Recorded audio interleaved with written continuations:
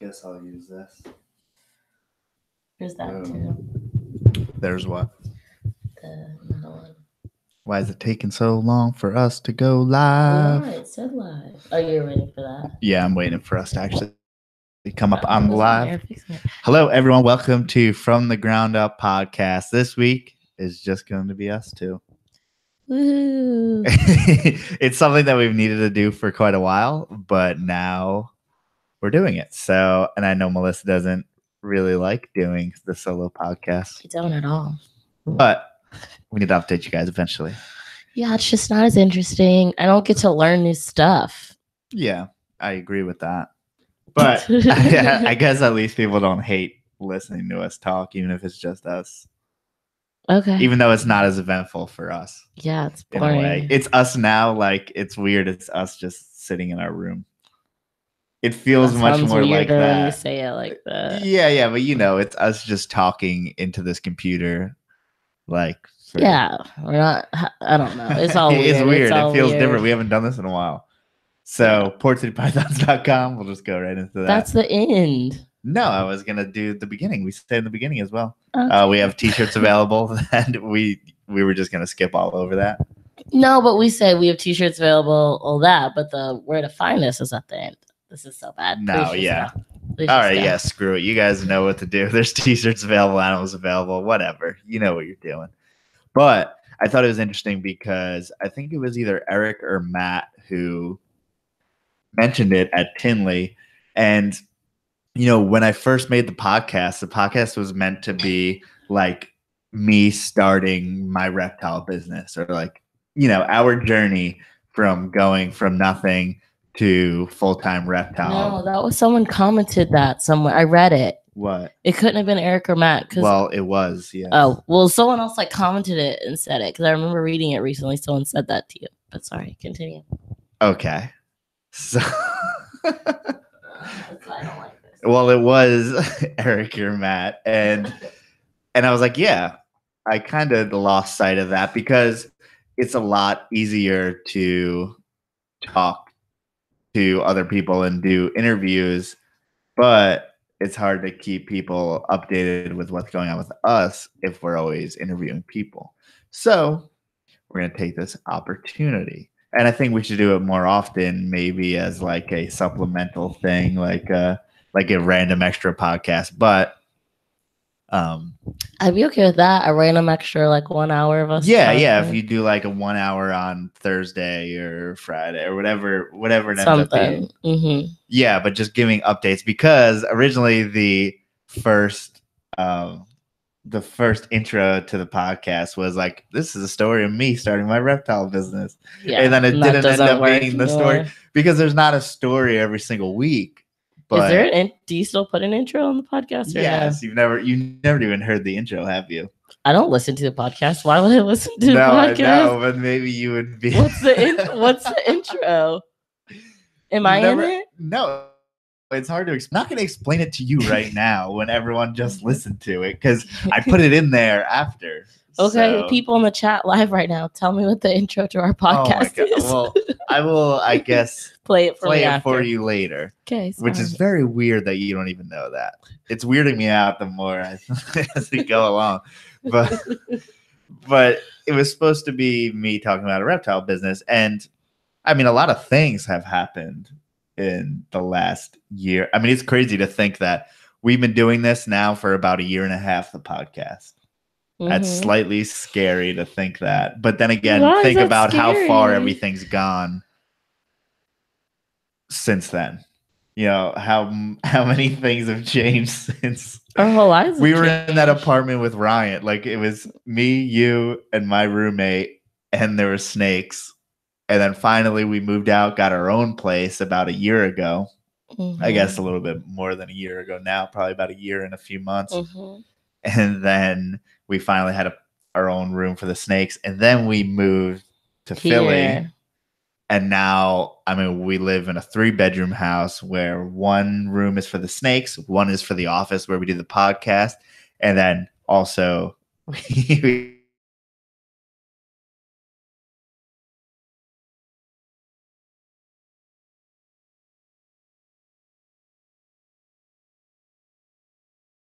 Not by any means. No, it's just an old house bedrooms, but it works for us because we get to keep different snakes in different environments and have an office, and it's just us. We obviously don't have children. So unless you're including snakes, which we do not. So, and I don't want to get the fact that we have like come a lot really far in this year and a half or so, but this year, I mean, we produced almost 100 snakes, probably pretty close to that baby wise. And now we have so many things going on as far as obviously YouTube, babies, and the podcast. What? Sorry. See, another thing about us doing it just us, I can't answer people in chat Well, or maybe read it if without you were paying attention being to obvious. me instead of doing other things while during this whole podcast. But I'm so used to doing the chat because I'm able to do both with someone else. James. Well, the thing is, you're just going to get us off on tangents, but I'm trying to stay. Okay, guys, chat. I can't talk to you. No, that's not true. It's just you can't. No, you can't bring us in a totally different direction. Okay, keep talking. Okay.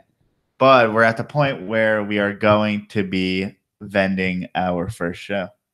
I'm so excited and nervous. And yeah, it's kind of weird. Like, I don't know how. I've just gotten away without vending shows before. We've never had enough. Or, you know, even online, what we have now is we have, how many, did you count them? Did I count what? How many snakes we have left to bring to the show? I did a couple weeks ago. You did, but and then you informed me that some of them died. So no, that's not. Some of them are in another rack. But both. You moved them. Well, the ones that didn't eat, yeah, but those weren't counted in the beginning. Oh, true, because those aren't eating. Right. But yeah, no, I need a recount because I didn't count all the ones that were moved into the other rack. But I think it's like it's under 30. And then we decided we were gonna bring the balls. Yeah, and we have a few ball pythons. Which I think, why not? Because those are gonna. Because I'll be sad if we don't sell any, and so I feel like bringing the ball pythons like ensures that we'll at least make a sale. Because how depressing would that be? Our first show, and we don't sell any snakes.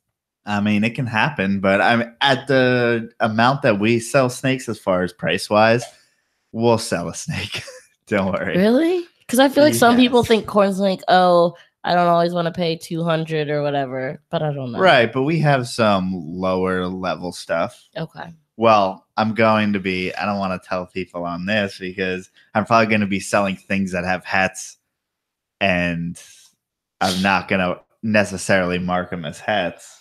Oh, okay. I don't know. Just because I don't want to wholesale them, but I also don't want to bring my price down to where I believe the project's worth. So in order to keep my project going, you got to sell them. I got to, you know, as normals or what I have. Because to the normal consumer, they don't care about all those hats. Yeah. And it's like, the project's cool when you think about the future, but just as someone who's just trying to have it as a pet, those hats mean nothing. And no one in corn snakes is trying to pay me $200 for quad hats, unfortunately. It would be worth it as an investment, as a person who's looking to breed corn snakes. I mean, if you're patient, which in corn snakes, I don't know if anyone's patient because it's easy to get adult animals. So it's not like you have to be patient.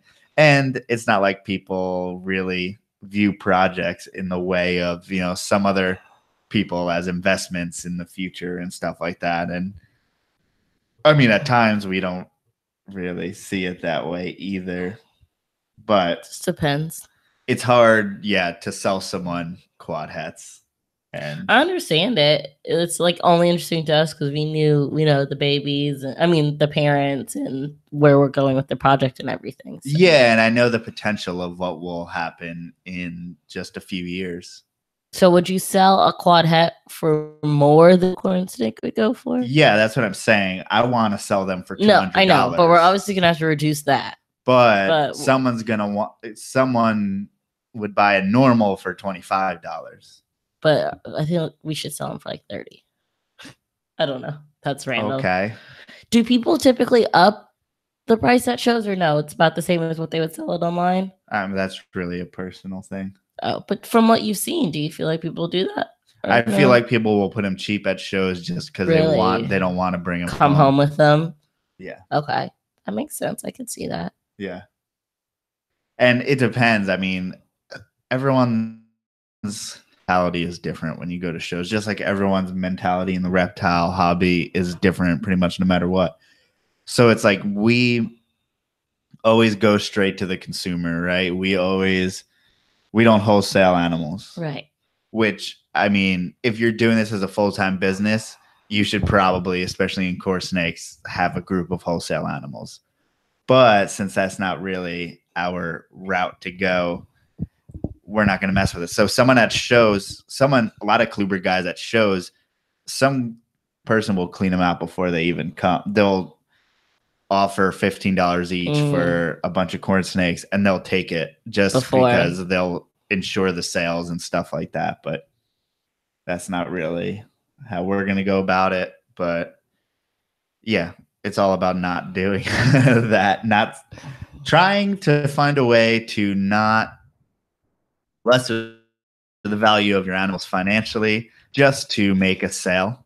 And I will do that within reason, but not like at the wholesale level, which you're going to have an animal that I would typically sell for $60 or something, and a wholesaler will give me $15, which if you do any math is not worth it. Right. You put more money into that animal easily than just off the 3 meals you put into it before. Yeah, why would you? Well, that doesn't exactly. Sorry, but everything like 25 cents. Everything in combination. When you add up the bedding and the container and the food and that and the parent that you fed. That equals $15. All that stuff easily is $15. The toilet paper to clean the poop. Yeah, I mean everything, but that comes to the fact that our whole thing is I want to breed animals and keep animals just because I really like breeding and keeping animals, but that's not necessarily where I want to make my money as far as a business goes. I think that's like the least desirable way in the reptile hobby to make money, to be honest, just because all the factors that play into it. And it can be, the market changes and I can't work with what I like anymore. I got to work with ball pythons because the market says so. And that's just as an example. That's not 100% fact, but it is somewhat fact. But okay, speaking of money, don't get too nerdy with it. But if you had unlimited supply of money, I don't know if the rest of the world cares about this, but what would your dream display for just because you and I have been talking about how we want to display our animals coming up for the show, because we didn't just want to be lame like everyone else, and we've been going back and forth about it, and it's been something we've been thinking about a lot. So if you had unlimited budget, what would your dream display be? Is that a weird question? Budget for the show? I mean, display for the show? Yeah, for the show. I have no idea. Yeah, I mean, if you had no budget, you would have to make something that no one has, which is something like if you've seen Garrett set up. I mean, that's something that no one exactly does. I would find a way to make something cool without it being pretentious. And with, it would have to end up being pretentious at some point. Yeah, because at some point you're just an asshole. No, but you're just like the kid that is showing off their new shoes or something. But that'd be so cool. Yeah. It's a weird thing because you wanna do something cool and to grab people's attention, but not so far out there that everyone's just looking at you like, hey dude, you couldn't just be a normal person. You think you gotta be so much better than us all the time. Don't think about other people. See, you didn't even answer the question. No, I know, because no, but I would want I really just want a lot of lights around. I want individually lit, and I would want cubes that are all glass around, so that and high up, so people could see I want an eye level cubes where people can see it all around. Yeah. And oh gosh. I want to be able to display adults. And like think about that game you play at the museum where the lights flash up and you have to tap it really fast. You gotta make the lights go out. I want something similar to that, but like with cubes of animals. Okay. So just basically and like you can just a lot of light and visibility. I just want people to be able to see it at every angle because I think that is like what people want, because sometimes you're like, oh, I don't want to be that person who asks to hold it. Like I personally don't like doing that. I don't know why. That's just a personal thing. I feel bad asking people to hold their snakes. No, yeah, especially if you have no intention of buying it. As far as if we're gonna actually buy an animal, unless we're holding an animal for a video, which we've done, but for the most part, I don't want to. I'm gonna buy the animal, then hold it because it's not it's not important to me how it's. But that's why I would want to display so that people feel like, oh, I still got to see every inch of that. Those motherfuckers will still want to pick it up. Yeah, you just want to hold it in your hand. And I understand as like a kid, dude, I still want to hold stuff. That's why I get like really anxious at zoos because you can't do shit. You're just looking at animals. Gosh. And it's like, and it will be something that you have at home. And you still want to hold it? Just like, yeah. You weirdo. It's like, that's weird. Why am I here? I could just go home and play with snakes in the flat. Like it's a whole nother level to the game when you're actually feeling it. And I understand for someone who maybe hasn't held a lot of the species, they want to hold. I understand why other people ask. I just feel personally and it's mostly bad kids. about it. So yeah. But that's why I want to like make it the most engaging experience. I don't know. But I mean, it scares me with corn snakes just because they're so small. If a kid drops a corn snake, it's gone. It's done. Or just someone's going to step on it immediately. So, yeah, I mean, at the show, I want people to be able to hold them, but I want to find out a way to make sure. And I think this is everyone's dilemma that they're serious about it because I just don't want people who have held every snake at the show to be holding a snake. Oh, sorry. Yeah. ADD moment. I just remember we got to get a big thing of hand sanitizer. Yeah, I mean, we're gonna put hand sanitizer on the table, and I don't trust any. So Ryan asked what you thought of Metcalf's display at Tinley. I don't know. I don't remember who that is. Oh, yeah. Clearly, it resonated in Ryan's mind, but not yours. Well, I want you to tell people about Garrett's because I think it was awesome. Not everyone got to go to Tinley, so I think you should tell people about Garrett's display. Oh, I don't want to go into it. So Garrett used a bunch of reclaimed wood, made this whole booth. It's hard to explain. Just go and check out. Okay, never mind. What's his business called? Sorry. Reach Out Reptiles. Yeah. Go check out his Facebook page. You'll see it all over the place. It's something that I don't know. I feel really weird having my face on things. And like, because he was replaying his YouTube channel. Was he the one with the two TVs? Yeah, I wouldn't want to do that. I feel bad for the guy behind him who just, or in front of anywhere near him, who just had to hear it. Because the sound was on and everything. But so he drove all the way. Yeah, with all that stuff. That's crazy. Yeah, two big screen TVs. I think it's just I don't need all that. I mean, we're on YouTube, but I definitely don't like seeing myself on video. Even hearing I don't even listen back to the podcast. I can't imagine hearing myself all day long. Yeah, any of it I don't like. No. So yeah, that's definitely an aspect that I wouldn't bring into it. But I bet because I would feel awkward just standing there next to myself. Next to my what about a cardboard cutout? Would you do that? Let's get a cardboard cutout of Joe. Just as weird, if not weirder. Where do even people buy cardboard cutouts? There's definitely a guy. There's some cardboard cutout guy out there. Yes, absolutely there is. It's so strange. Yeah, but I mean, I don't know, but displays. Okay, so what are you looking forward to most about vending your first show? I don't know. Did you think 2 years ago this would be happening? Yeah, I thought it would happen sooner because honestly, you thought it happened sooner? For like the last 5 years, it was kind of like a dream of mine to vend a show. And then in the last like 2 years, and I've also helped people with their tables.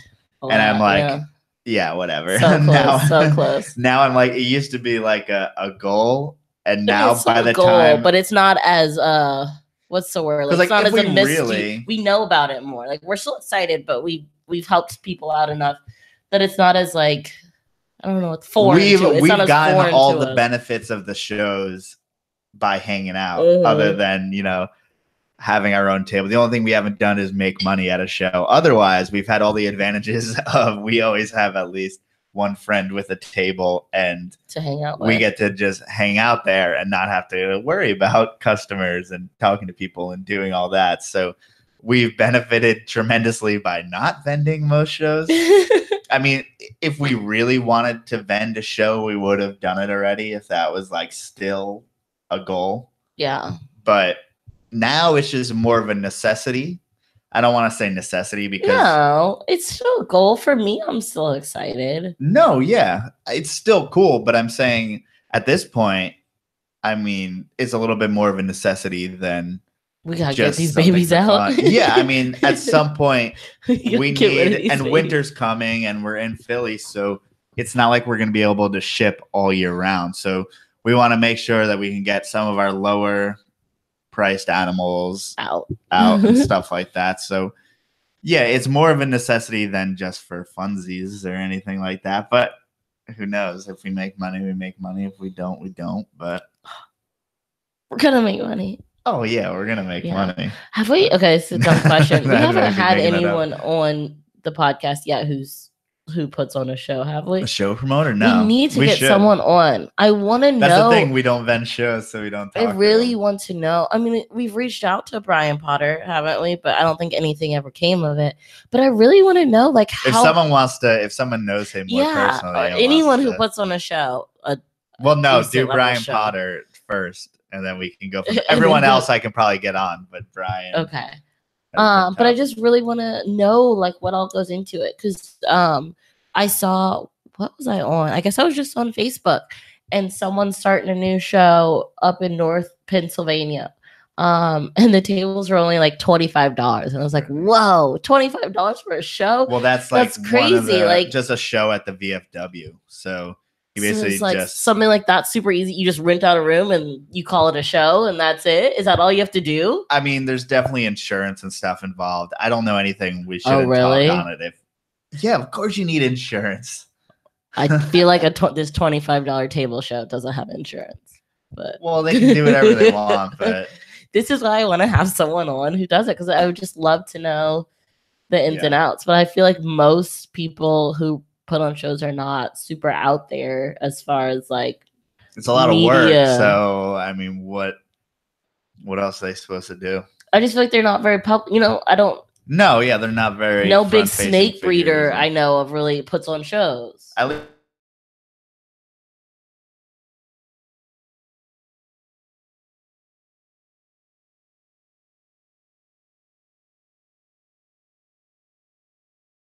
To a certain extent, but I guess if you're putting all your energy towards breeding snakes and everything like that, then you're not also putting your energy towards doing shows. It seems like people stay in their lane more so than not.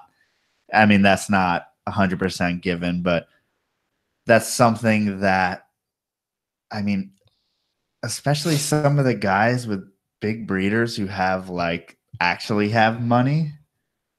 I don't know how they haven't expanded into other, why would you stay with breeding animals? I understand why you would. What do you mean? What do you expect them to reach out into?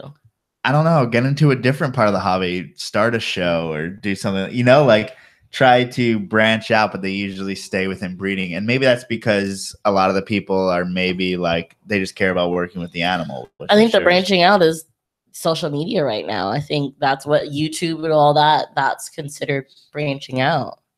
Sorry, that's gross. But I mean, how many breeders are YouTubers? And there's not many. I bet you there is, but there's not many who are legit breeders who are YouTubers or anything like that. And that's including I mean, I guess we're not legit breeders, but not we're not full-time breeders. Yeah, we're not Garrett. Yeah, but I guess he does YouTube. But I mean, what? Okay, so if you have all this money and all that, the first thing you would branch out into would be a show? Or what's going on with your voice right now? I'm sick as always every Monday, and when I talk this much straight, I'm losing my voice. Well, that's kind of something that I'm thought about a lot, because for me, like, it's been hard to find motivation to edit a YouTube video, because honestly, you know, it's not like YouTube brings in money for us. It's not like it does. Yeah, but it's definitely it's just like you say, the snakes aren't for money for you because it's your passion. I feel like YouTube, I guess it's a little bit less of your passion than snakes. And it's like, it's been hard lately to find the motivation to it, because I'm at the computer doing post-production for other people, and then I have to do it for myself. Right. It feels like more of the work you do all day long because you stare at the computer all day long. Yeah. So I've just been trying to get out from behind the computer more. But something like you, in order to do something like what Brian's done, your passion has to be making fucking YouTube videos. It has nothing to do with I don't know how he does that. You and I talked about the other day, like, how do you keep that up? I can barely get it out 1 week without being like, oh, I'm over this. Like, how do you do it every day? Remember, I tried in the beginning to do it every day. Yeah. And I got very mad, upset, just not happy, because there was so much stuff going on. I was always editing a video up until like 12 at night. And it's like, why am I doing this? This is miserable. And I hated every second of it, even though I like making videos for the most part. Doing it on demand, because you have to consistently, is fucking hard. And you got to really love doing that. And I don't know if there's enough room to have a passion for making daily videos and doing all the shit we already do. Brian does it. Because it's like, well, he has a lot of employees.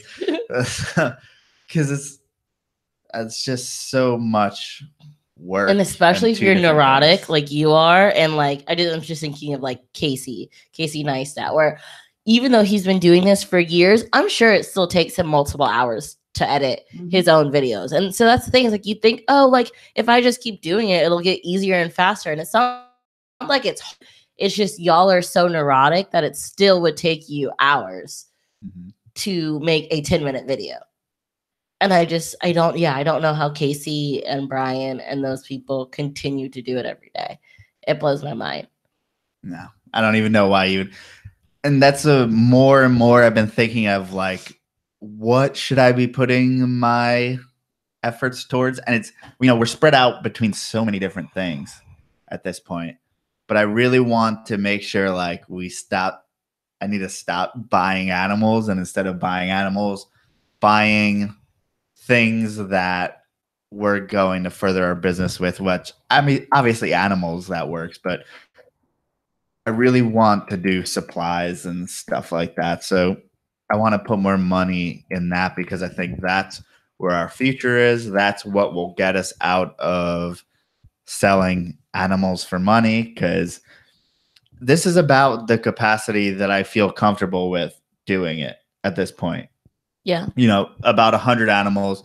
Next year we'll probably be up to like 100 animals. We had 100 babies. No, babies. That's what I'm saying. Okay. So like producing 100 babies. Next year will probably be more, probably 150, maybe even. Because of our king. 160, 170. We have some corns growing up. But I mean, man, anything past this, I don't know how we could make sure that everything's going to the right place and we're selling them responsibly. So it will be interesting to see, because at first maybe I thought that YouTube would give me income, and then I don't know if you guys have heard about like the ad apocalypse. So basically I made as much money with about 800 subscribers as I do now with 6,800. And that's $100 a month, guys. And I'm not even breaking that anymore. I used to break $100 a month for a few consecutive months when we had like 1,000 subscribers. Yeah. And now we have 6 times that, and we're making less money. So I mean, sorry, I forgot to pick this back up. We are producing less videos, but still. Yeah, but it's hard to say, and it's weird because you can say, all right, if I make a video every day for a year, chances are pretty high that I will be able to get a full-time income off of YouTube, right? Just because the algorithm is going to feed you all this. You can easily have 100,000 subscribers or something like that.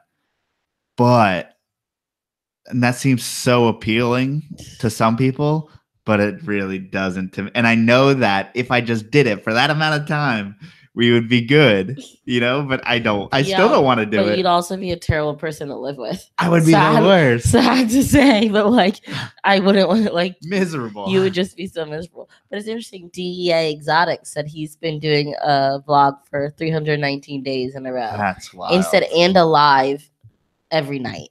That's I don't crazy. know how you do you, what how do you do the rest of your life? To be honest. And it depends how edited you want your videos to be, what kind of videos they are. There's just so many different things that come into play with it, but that's kind of my backstory. I'm struggling just to get out a video. I haven't put out a Tinley video yet, but I just, with everything going on. Guys, motivate him. No, I don't need to be motivated. It's just I'm trying to figure out how we're going to make this thing work. No, I think it's just your personal situation is that your job requires you to sit at a computer every day. And so you don't want to spend any more time sitting at a computer. And unfortunately, there's no other way to put a YouTube video out other than sitting at a computer. And I love editing, but it's hard when you're editing for all day hours long. Before that. And it's not really about making YouTube videos or anything like that. I think it's more of realizing where I want to put my efforts. And I've been thinking a lot about the supplies thing and what's going on with that. We've talked about that a while ago. Remember? Yeah. And that's the thing. I've never followed through with what I know should be my course. I don't know why I'm not doing it. No, because what was your idea? Something with hides. Yeah, and there's just a bunch of things like that I have ideas for. What was the hide idea? No, don't worry about it. It's easy. Okay. I mean, it's not like that. No, I don't really give a shit. But I just can't remember. But okay. Yeah, but it's a hide basically. But I don't know. I got to make moves towards that instead of doing. And this whole thing has been I don't know. It's been a rough year, even though it's been great and we've been getting more and more things happening. It still has been a rough year, incredibly rough. And it's they say the struggle is guaranteed. I've never heard that expression. Success isn't, but the struggle's guaranteed throughout this whole thing. And it's been a struggle. And I think the thing with the supply side is, one, you have to have time to dedicate to it. Mm-hmm. Two, it's not as much of a quick return. YouTube, you put that video out, you get, even though it might be a little, there's your return. And social media, but with the supplies, it's more of a long game, and you gotta have more time to dedicate to prototypes, and I think you gotta have more money too. Yeah, money too, but that's the thing. I need to stop spending money on animals, and when we get money, put it into. But I love just getting. When is that going to happen? Yeah, I know. So it's hard. I want to get to the point where you can do both. It facilitates me buying animals. It doesn't have anything to do with, buying animals is technically putting money back into the business, but it's just feeding our own compulsion. I would love to get to the day where you don't buy animals. Well, anymore, and if I do, but you can't help yourself. Yeah, and that's why I want to make money independently. The animals. So, and you see a lot of people do it, but I think it's rare to have someone who's face facing as far as putting themselves out there, social media and everything, and front facing doesn't. I don't think that's a word either. Yes, it is, and putting themselves out there and just also building a business at the same time. It's hard. Yeah. Oh no. Let's not just whine the whole book. I feel like we're just talking about what's hard. No, Darren I wanted to actually talk about things. Darren asked, but I guess we're not. So okay. What is it that you want to talk about? I don't know.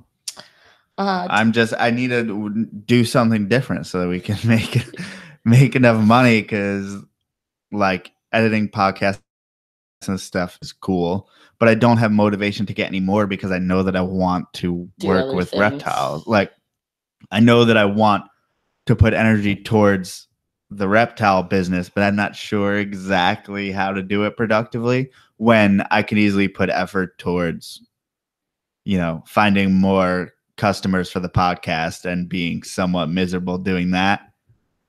And like, just to give perspective of the point that we're at, is like, I don't really feel like taking on more podcast post-production stuff, even though I do kind of. Like, I got another project this week to do, but I've been fucking walking dogs for money. Like, that's a new low, man. But I thought you liked editing the podcast. No, I like editing podcasts to a certain extent. It's very hard to edit podcasts for like more than 4 to 5 hours a day, because then it's just like you're just listening to people talk very intently to try to catch ticks and stuff like that and everything that's going on. And once I hit like 4 or 5 hours, it's like mind numbing. Yeah. So basically I've resorted to fucking walking dogs at this point, which really makes me want to find a separate way to make income, because it rained today and it was dreadful. Okay. Darren asked if we've ever done shows at schools. No, because we don't have the variety in our collection to facilitate that. So basically our show would be like, here's a corn king snake, here's a king snake, here's a few pythons. I feel like I wouldn't want to bring up the pythons. No, not at all, because an olive python would bite me on the neck during the fucking show. Right, so we would only show the corns and the kings. And then the king would probably bite me too. And it would be, you need the sulcata if you're going to be doing school shows. You need the big retic or berm, and you need the tegu or Savannah monitor or some large monitor. These are all things that cost a lot of money to keep and house. And although I love the educational aspect of it, I don't see how that works. I think it's just not for us. I just think it's not your thing. It's also, not. At the end of the day, I think it's just, I would love it, I think. But you're also a teacher, so that's what you do anyway. But it's just not your thing, and that's okay. Brandon asked, have we gotten close to the point where the collection is paying for itself, or close to paying for itself with the babies? I don't know. Yeah, it definitely pays for itself at this point, but we're not bringing any. I feel like we're pretty much breaking even. We're not. When you think about how much food and all that, like, I think we're not making much money. Yeah, any money that we get pretty much goes back to food or other animals. We haven't slowed down on getting new animals, so not me. I slowed down. I've not looked up any king snake post or anything, because I know that I can't stop myself. Other people in this relationship, I don't know. No, but you still look at Craigslist snake. No, posts. Yeah, stuff like that. You're just tempting yourself. Everything has such a reason. That's the thing. Like, we don't keep much fat around in our collection as far as things like extras, that aren't going to breed and stuff like that, or things that you have extra males or something. Especially in what we consider our breeding, like animals. We may have a little bit of that in our pythons just because they're cool pythons. But other than that, everything that we buy is like pretty meticulous, has a very particular purpose to it. I agree. You're not making frivolous purchases. You're just making purchases. And I would like no more purchases, please. Yeah, purchases are fun. For who? For us. For me. I do have to say, I really do like that orange one you got at Tinley. Yeah. It's great. I mean, it's beautiful, but that's one right now we're like, I don't know what we're going to do with it, but we have time. What do you mean? That's exactly, though. What are you going to put it to? I don't know, but the thing is, thank you. See, exactly, no, but it has a purpose because it's so outlandish and so we different. Don't know what we want to put it.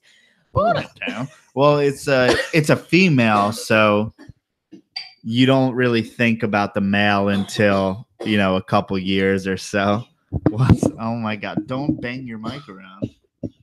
Okay, coughing fit. You good? You put the mic on my coughing fit. Okay. Just so if I don't have to edit and people get an explanation of what happened. Okay, I'm just gonna have no voice. But yeah, at the end of this, the male comes later, so you can get a female, and then we may need a wild caught animal. We need to figure out what the ingredients are in it. So it's a whole, and we do have some. What? I did that on purpose, but it is like we have Sunkiss, and it might be, but whatever. That was a total. All I'm saying is I have ideas of what it's going with, and Okay. we have appropriate things for it to go with. We'll just see, play it. A lot of things happen in 2 years, so clearly, yeah, it's a year old, so you got some time. Yeah, I'm not worried about it. Excuse me. Seriously, since you edit podcasts, why do other shows like NPR have those loudspeakers? All the Blog Talk shows seem to have that when two people speak at the same time for whatever reason. It just gets mad. I forget what that word is, but it basically clips the audio and makes it go way high into the red. I don't know why it does that. That's a Blog Talk problem, and apparently they don't give a shit. Blog doesn't care. They're like, we have enough people using it. We're not going to fix it. I don't know. Maybe it's not an issue that they have noticed or been talked about, but yeah, ours doesn't have that because I manage all the audio myself. Yeah, we just and that's not like we just have it dropping out, and all the other. Yeah, we got all the other issues. You're just giving one example of a fault of something when we have 100 faults or so all the time. Yeah. So I don't know. It's podcasts. They're variable. We're all just trying our best out here. Maybe you should start your own streaming system thing. Streaming system? Me? Yeah, there you go. That's your next project. I already told you I don't want to do Blog Talk type thing. Oh, Make your own. Sounds like a nightmare. This is turned into the chat asking us questions, and I like it. Well, Darren said, Melissa, where would you like the business to go? Are both your paths the same, or is this all Joe and you are the support? I'm like Why is that? Why did you laugh at that?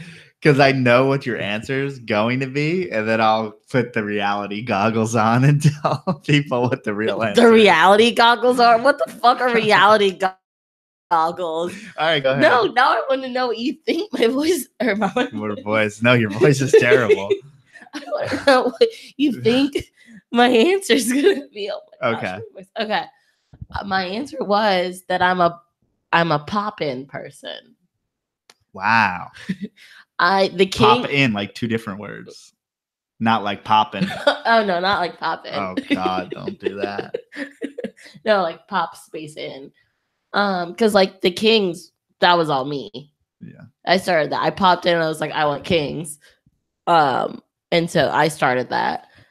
But as far as the business, I want you to eventually make this your full time, because over the past years of getting to know you, I feel like this sounds shitty, but you've had these like flittering interest, like with me, like videography, that and photography type things, that and YouTube and editing podcasts and all that. And I think you're a person who you get really, really into something and you go hard, but then when it doesn't work out the way you want it to, you're like, fuck this.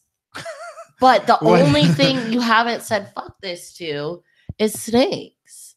Yeah. But the thing is, I got into all that stuff because of snakes. Right. But you said just in this podcast, you've like been like, fuck podcast, fuck YouTube, fuck. Like, I feel like you end up saying Sorry, No, so I like it all. No, the like podcast is the only. You like it, but your passion for it doesn't seem to continuously be there. If I could just be in the room with snakes all day and make a living doing that, that would be better than doing. That's where I think I want the business. That's where I want the business to go, because I think that would make you the happiest individual. I could get someone to outsource a lot of the stuff. The podcast is something that I really like doing. That's like one of the only things that I'm always motivated to do it. But you just talked about how it sucks to edit podcasts all day. Yes, edit other people's podcasts. No, I'm not talking. No, that's not what I was talking about. I'm not. I know. Oh no, I'm talking about other. When I say podcast, YouTube, and all that videography, I meant other people's. Other people's. Yeah. No, not ours. I definitely want ours to continue. Except I definitely want people to start freaking saying yes to us when we ask them to be on it. But that's a whole different subject. Wow. Sorry. But I think you go so hard into things that you're like, I have this vision of what I want it to be, and it doesn't work out, and then you're over it. But with snakes, you don't seem to be that way. And so for our relationship's sake, I want you to be able to do. And everything's always worked out in snakes. I don't know what definition we're using for worked out, but okay. But that's where I want the business. I want you to be able to do it full time. And so that the YouTube video, a lanyap. I want all that other stuff to be lanyap. Oh, sorry. I forget everyone's stuff from Louisiana. Gustavo, where are you? I've taught you this. Okay, but do it quickly and succinctly. Lanyap means extra. It just means extra. It means on top of. So I want all, like, any YouTube video you make. Hey, you pick up a podcast here and edit it for someone. Like, I want all that to be able to be lanyap. And so, because I think at the end of the day, the only thing you never seem to get tired of or get frustrated with is snakes. You never saw me feeding all the babies and cleaning all the babies, and one pops out, and I'm like, oh, fuck. Well, I know in the moment, I'm sure, but at the end of the day, when we're sitting down and talking about it, you never said to me like, maybe I should just sell them all. Maybe we should just get rid of it. Maybe you never even hint anything like that. Like, never even like, maybe I should sell my. It's really not an option. This whole thing is not. It is always an option to sell them all. No, but that's stupid. I mean, the only way, since we've gotten ourselves this far, is to keep on going. As far as the snake business in general, just reptiles in general, we're just committing, and nothing is going to change that. And it's going to work out because, I mean, what is the other fucking option? Yeah. Okay, so now what did you think I was going to say? Because I don't think it's the same.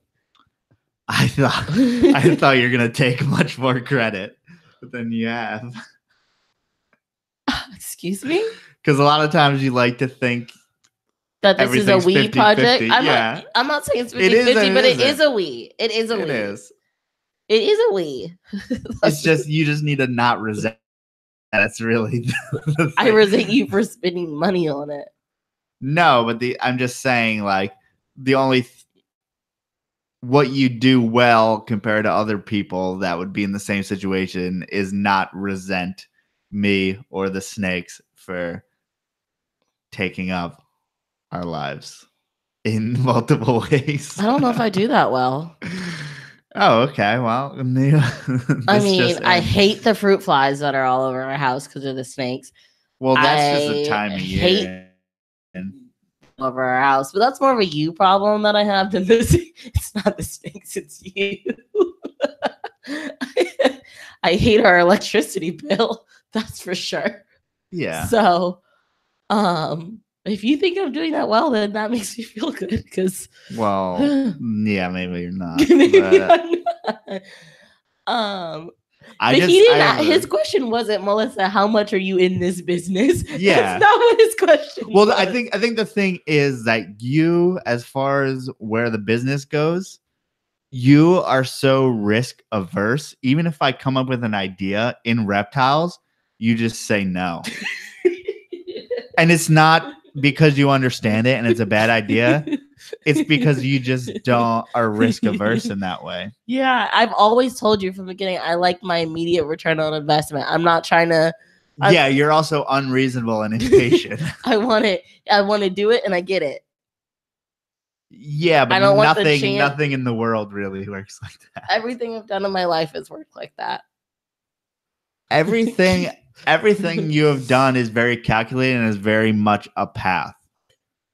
Obviously, becoming a teacher is a very defined path. Unfortunately, I laid my life out the whole way like that. Everything I've done has been zero risk. I mean, I know. If you do this, you get that. Exactly. But it's weird because you've seen how much I've worked, or you've worked, or we've worked on snake stuff, and it doesn't come back the same way yet, at least. Yeah. So it's like you're defining your own path. You're making your own path to this thing that is some weird fucking thing that no one even knows is an option. This is not career day. No one tells you that you could be a snake breeder, keeper, whatever. Go to high school. Oh my have fucking a booth. God. A booth. Yeah. You can. I mean, this is something.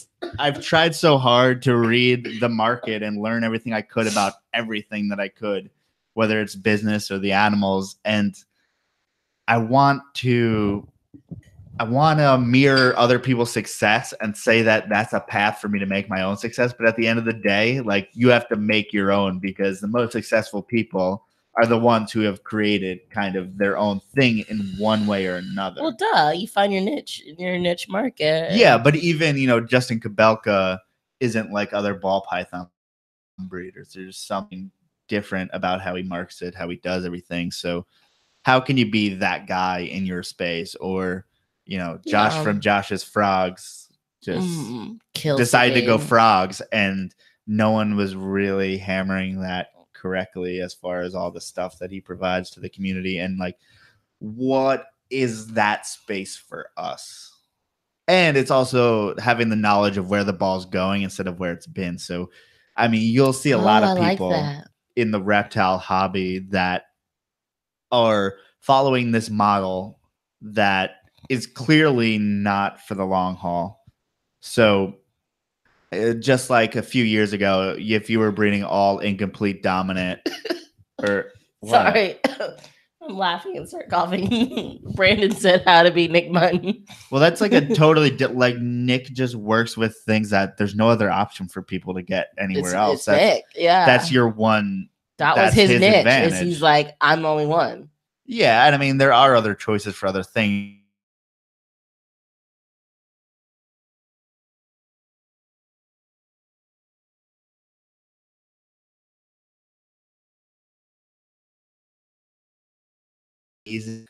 Have your niche and your thing, and you can't do that by following anyone else.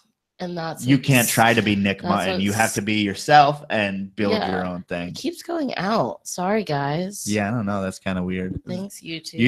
YouTube, the live stream has been terrible lately. Been real bad, and it went out for a while. Sorry, guys. But that's what it's hard for me to support you in your risk things when I have no idea. That, honestly, if I was more knowledgeable about it, it'd probably be better, but I have no idea. But so you're not knowledgeable because you don't have interest, because you're here right now. You've been around for like 90 episodes of this fucking thing. What are you talking about? No, you don't have that drive and interest like crazy snake people do. And not even every fucking snake person has it, and not every rep. Like, some people have the ability to get into something and stay rather shallow. I just don't have I don't know. I'm not always trying to do something new. Yeah, like, you're not trying to read shit about snakes. Or I'm not trying to reinvent the wheel. I'm like, let's just roll. Wow. I should not make myself laugh.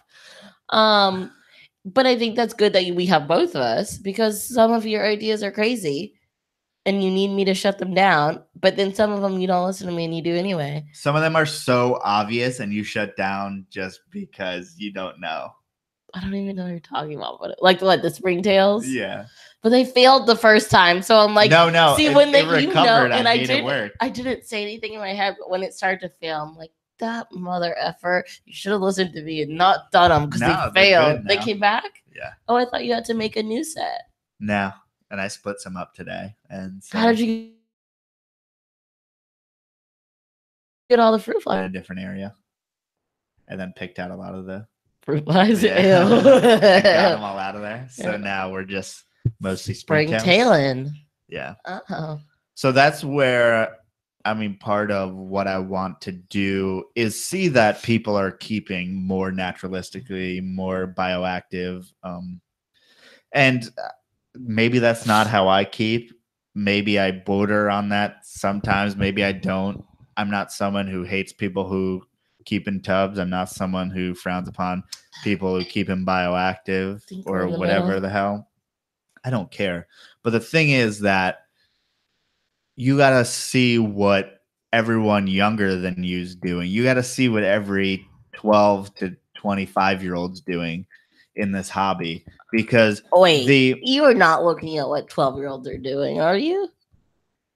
YouTube is a direct lens into what the younger 12-year-olds people think. Doing. Do you watch 12-year-olds videos? No, you weirdo. You said you got to look at it. No, but you got to see how they interact on social media, and you got to use. Okay, and that I understand. Yes, yeah. Don't take things very literally.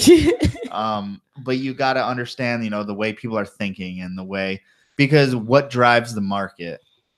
It is not, people like to think it's the breeders and our little thing between ourselves, but what drives the market consumers is the consumer level, the people just going at a reptile show. So why are you doing all these things? I mean, obviously, if you're keeping and breeding animals, that's a different thing. But at some point, especially if you're thinking supplies and things like that, you need to see what the consumer's doing, what the base level customer, what they're into. And guess what? They're probably not going to want a Sterlite tub. They're going to get one animal and they're going to want to set it up how they want to set it up. And more people are setting up in naturalistic things and good looking vivariums of all sorts.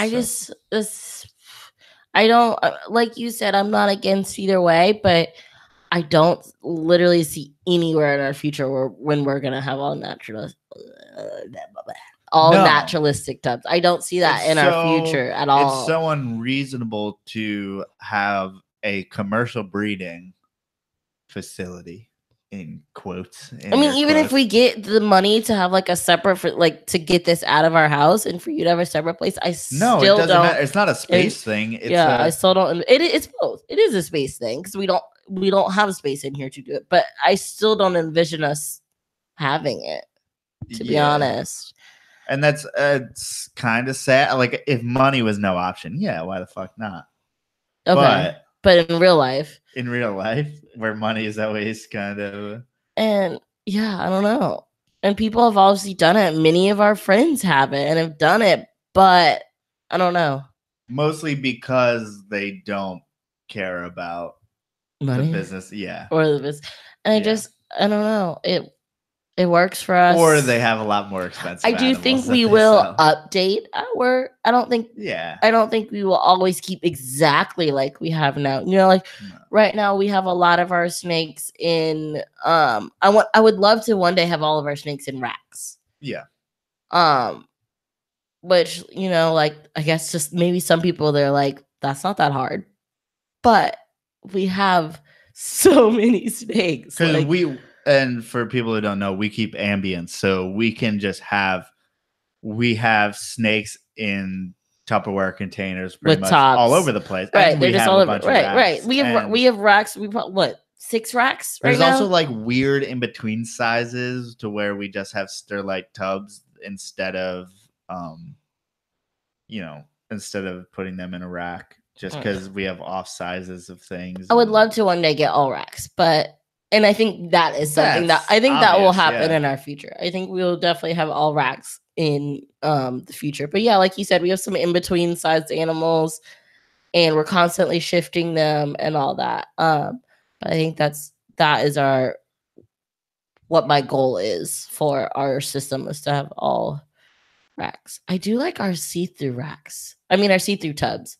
I don't ever want to go all gray. You know how some people have all gray I hate tubs? that doesn't make any sense. I don't know why you do that. Oh, really? I never knew what the reason. I I don't just know like why to you see do the gray ones. Maybe because to some animals to not so that you can be in the room and they're not looking at you. Is that no, not necessarily? It's usually ball pythons or something like that. So okay, I like the see-through tubs. I like that. Like I think you need a light cycle for colubrids and even a lot of the pythons and that aren't strictly just nocturnal. Things like carpet pythons. I think obviously you can keep them in the dark, but why not at least let them experience some resemblance of natural life? Even you're already keeping them in a tub, man. At least let them fucking see the daylight. See, it's funny because I think of it from a completely different way.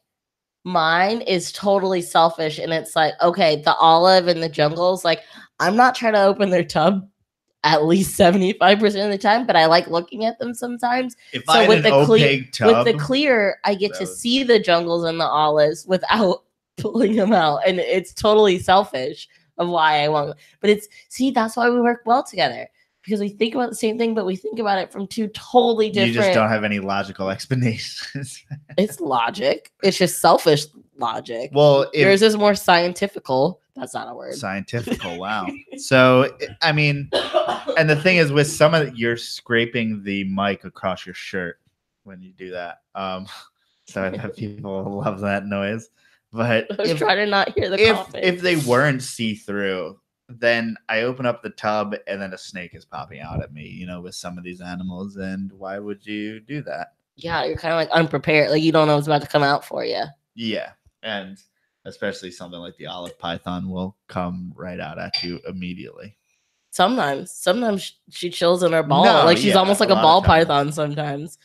But if you're feeding and there's any rats anywhere near she's ready to go. She's crazy. Also, she's the biggest feng shuier in the whole world. I mean, obviously we haven't had a whole bunch of other species, but she fudges up her tub. Well, it's because you haven't so seen often the black rat snakes. The black rats literally push everything to the back of their tub and create like a nest out of everything. Really? And they just stack everything. Like I'll go show you later. They literally have everything, every piece of bedding. They do that? They don't have arms. I don't get it. I don't get it. To make like this weird nest in the back where they just hide. I don't know. I guess I just need to put a bunch of bedding in there. Yeah. But yeah, I want to eventually get those in like a more naturalistic setup, but probably a tub, but a tall tub where I can put up some branches and stuff for when they get bigger, they can climb and do everything like that. Because at that point, I would love to have them in 4-foot cages or something, but it just makes no sense. Why would you?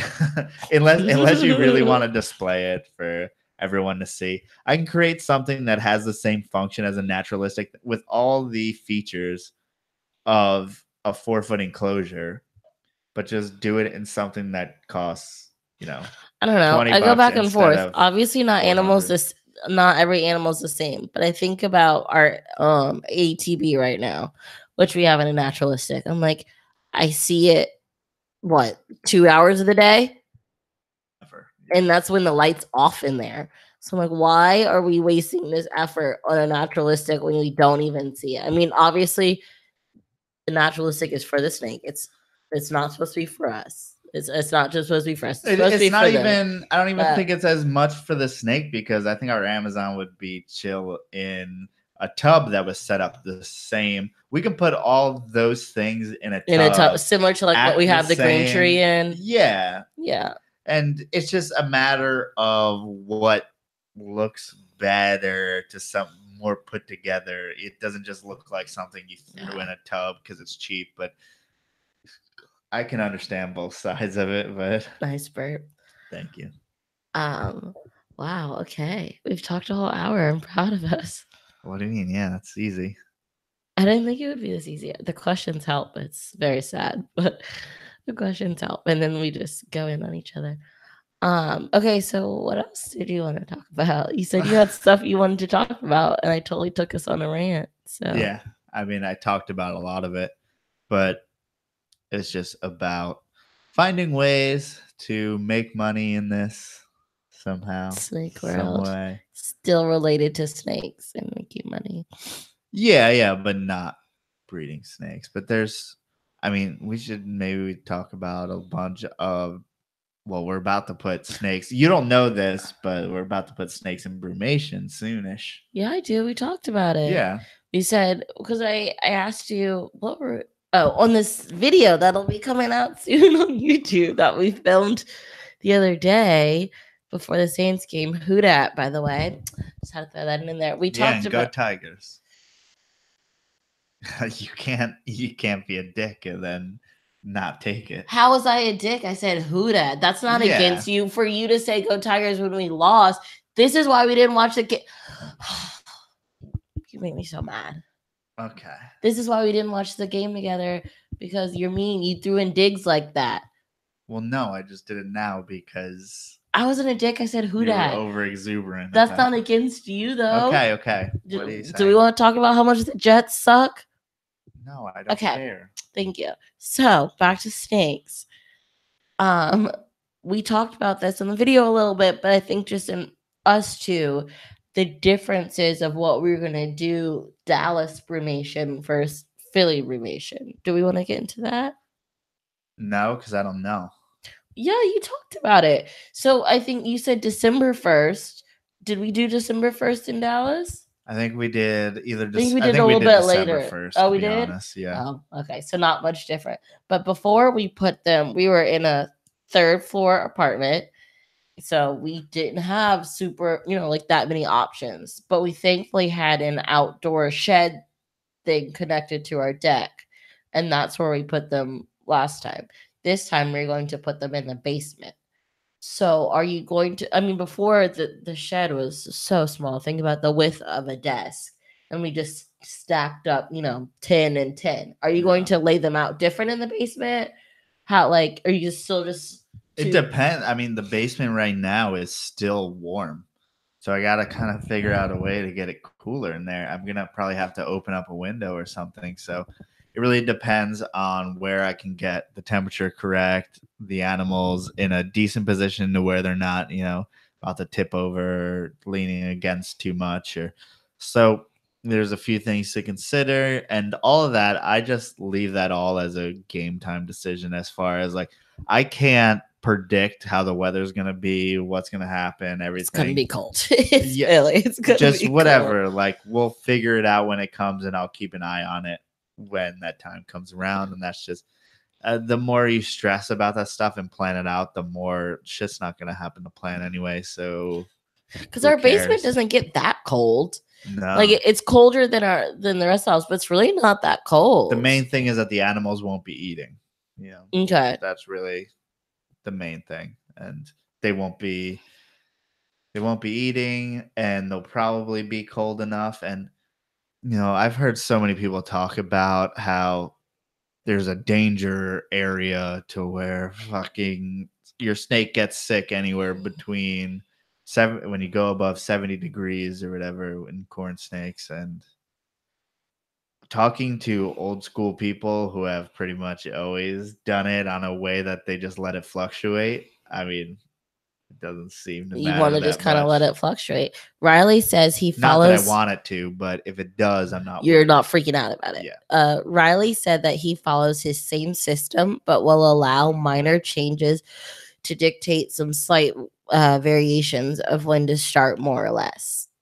Yeah, I mean, if it was hot in Philly until December, maybe that's something to consider. But I mean, we're getting at night, we're getting down in the to 40s. The 40s now already. So yeah, it's weird. They're definitely warm winters, cold winter. I mean, last year was cold in Texas, pretty much. So we were able to put it in December 1st. Maybe if it was 80 degrees on December 1st, maybe not. But yeah, I mean, you gotta obviously use logic. Yeah. But you think about, especially these colubrids, these North American colubrids, there's one warm day during the spring, and the animals in the wild, they go out and they hunt and They're still stuff and act chilling. like it's spring, Yeah. but then it'll be winter again, and then they go back and brumate. I mean, I think we're overthinking it. I mean, So are you nothing still gonna put a stays- heater down there? Because you put a heater down No. there before. I didn't think you would need No, to. that was this just a time. fail safe. I don't think I'll need I it. don't think you need it since it's still connected to the house. You know, like the shed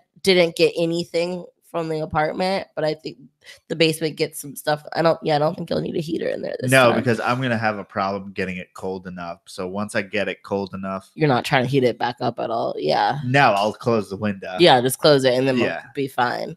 No, so I mean, I don't see any problem. It's just I think people make a big deal out of too many things. With brumation. With everything in snakes, with breeding snakes, with doing everything. It's all fairly straightforward at least with what we do. With what we have. Yeah. We wouldn't say across the board, but no, but it's straightforward with what we have. Yeah. I don't know. Maybe we should play some Slayer for the snakes attentive. during brumation. I bet Riley would like that. Apparently it's Behemoth. Oh, so that's what it was. Excuse me, Behemoth. That, busted my eardrums this weekend watching Riley's stories on Instagram. Wow, calling out Riley. Sure am. Hey, Riley. It's our own podcast, just the two of us. I can do whatever I want. Well, let's talk about, we're going to have cow kings, which I've actually never bred before. Isn't that crazy? Yeah. I've never really kept king snakes. The non-snake breeder gets you. But I mean, it's not much different, right? I mean, I know kings. Oh, shoot. I'm nervous I'm going to mix this up. Mm-hmm. Kings and milks and then rats and corns are separate, but like they're the same at the same time, right? As far as breeding wise. Yeah.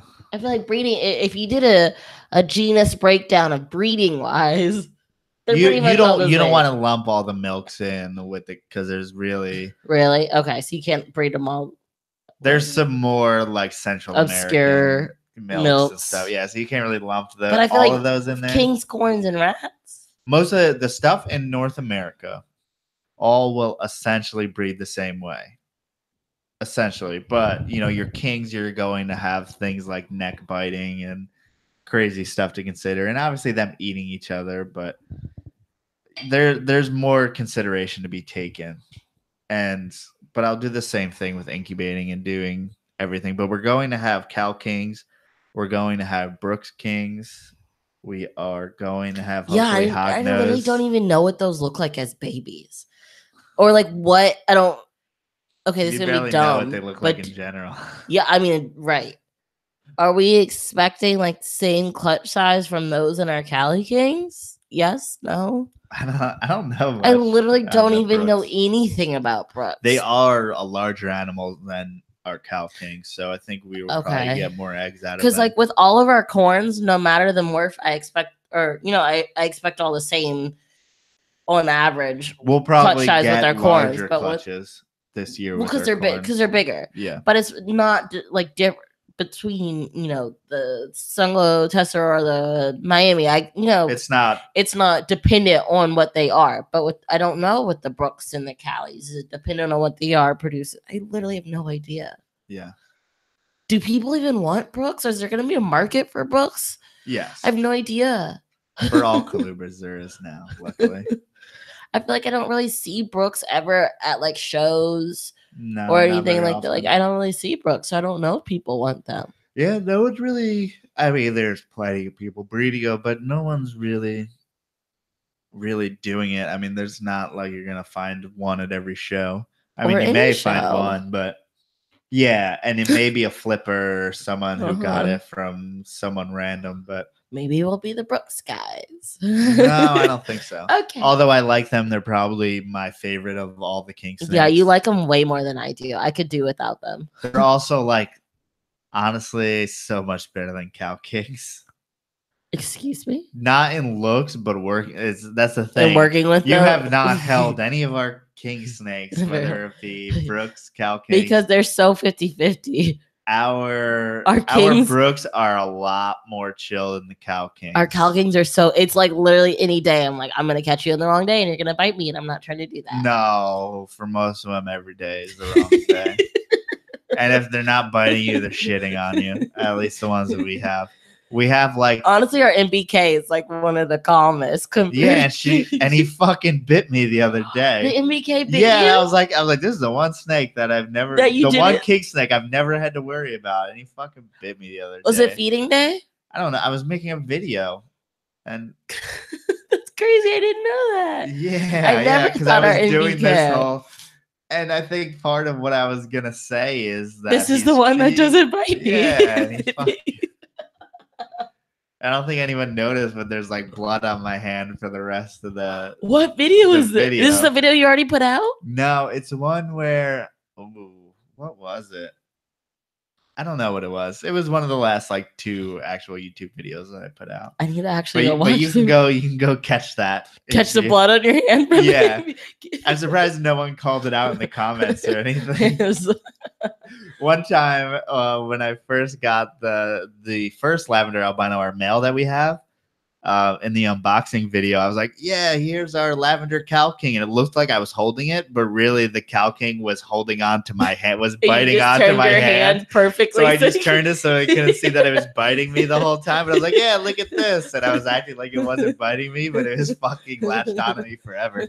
Those things hard to get off, and they're kind of like that, and once they kind of grab onto you, they hold on for some reason, the cow kings. And I love working with the them. babies, and they're super innocent as far as like, I really don't mind at all getting bit by them, because it's kind of like, it's so silly. Like, they'll nudge your hand and then just open up their mouth and latch on. Like, it's not a very striky bite for the most part until you're talking about some of our sketchier adults and stuff like that. But yeah, they just latch on you, and it doesn't hurt at all. I mean, they have decent jaw pressure when you get an adult on you. I mean, they have that weird fat like pit bull like head, so they definitely have some jaw pressure. But the babies, it's just funny. But yeah, if you worked with them more, you might like the Brooks Kings more than the Cow Kings. Okay, well, just off looks, the Brooks don't do it for me. Which is weird, because if you've ever seen a Brooks, like most people, it's like,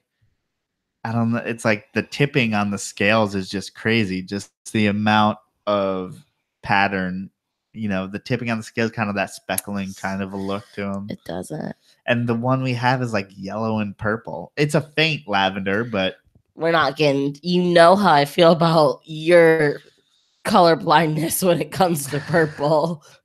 Well, snake people like any Don't hint we have of a speckled purple too? Didn't we get a speckled? Or am I making that No, up? I wish we had a speckled. What did you got? I don't know why we don't have a speckled. You got some baby that was dark. That's a Florida King. Yeah, Florida King. Do you see us doing anything more with those in the future? So Brooks is actually a small subset of Florida King. So I believe it's a subspecies of the Florida King. So all Brooks are king snakes from Florida, but they're not Florida Kings. It just sounds stupid, but okay. Yeah. So I bet someone out there is mixing them. Yeah. Just like everything else. But okay. But you didn't answer my question still. Yeah. Do you see us in the future doing anything with the Floridas? Yeah. Well, a lot of them are these like the flame line, and there's hypo, and I believe, but a lot of them just turn out to be a yellow snake. A lot of them never keep the original colors. And then I believe that's James Lewis. He just mentioned the Appalachia king snakes, which we really, really liked. That's the Goinai or the Meansii if you're into the new James taxonomy. Lewis. Or I shouldn't say his full name. James Lewis. Sorry. You know his middle name? I don't know. James Robert Lewis. That's my brother's middle name. That's weird. You don't know how much we have talked about those Appalachian. I thought it was Appalachian. I've been thinking that the whole time. Apalachicola. Okay. It's Apalachicola. When he typed that, I was reading it. I'm like, I don't know how to pronounce that word. Like, yeah. Okay. This whole time, my brain's been telling me Appalachian. But we have been talking about those since we saw. Like, I've almost to the point of been dreaming about them, which Lord never would have thought I said be dreaming about snakes. Whew. What am I into? Unless it was a nightmare. Ew, I don't like that voice you just did. That was like someone's mom. That's what Talking that about was. nightmare. But like, Snakes are fucking disgusting. Nightmare. I really wish you would please not do that voice anymore. Oh, sorry. That's gonna be the nightmare I have is you with that My voice. nightmare is gonna be your coughing from earlier in your voice. Sorry, it's gonna continue. I literally have been sick for the past 3 podcasts. Let's just acknowledge how ridiculous that is. But sorry, Simply Serpents. We have been talking so much about the Appalachian, and I never heard of them before we saw them at this random pet store in like, where were we? We were close to my parents. We were in Mebane, North Carolina. Which no one in the world has ever heard of. Who's from Mebane? Who's even heard of Mebane, North Carolina? No one. I did it till my parents moved there. But literally one of the most beautiful snakes I've like ever seen. Like, I loved it. Yeah, it was orange with a black, but red at the same time, and the stripe was perfect on both. No, one was a little bit better, but I would still give them both perfect stars. Perfect stars. Perfect stars. I give it 6 stars. Perfect stars. 6. No, it's 5 or 10. Because who uses that rating? Who uses a perfect star? It's a perfect 10 or 5 stars. There's no perfect stars.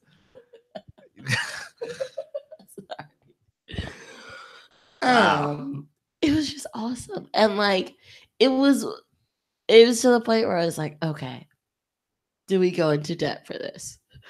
Do we chance paying rent for this? They were both males, but still, even yes, that was what really was like, okay, we're out. But like, to the point where, y'all, call us crazy, I went through. Okay, so we asked the worker there, like, where did y'all get these? And they're like, oh, the owner went to the Greensboro, North Carolina, like, reptile show recently and like picked them up.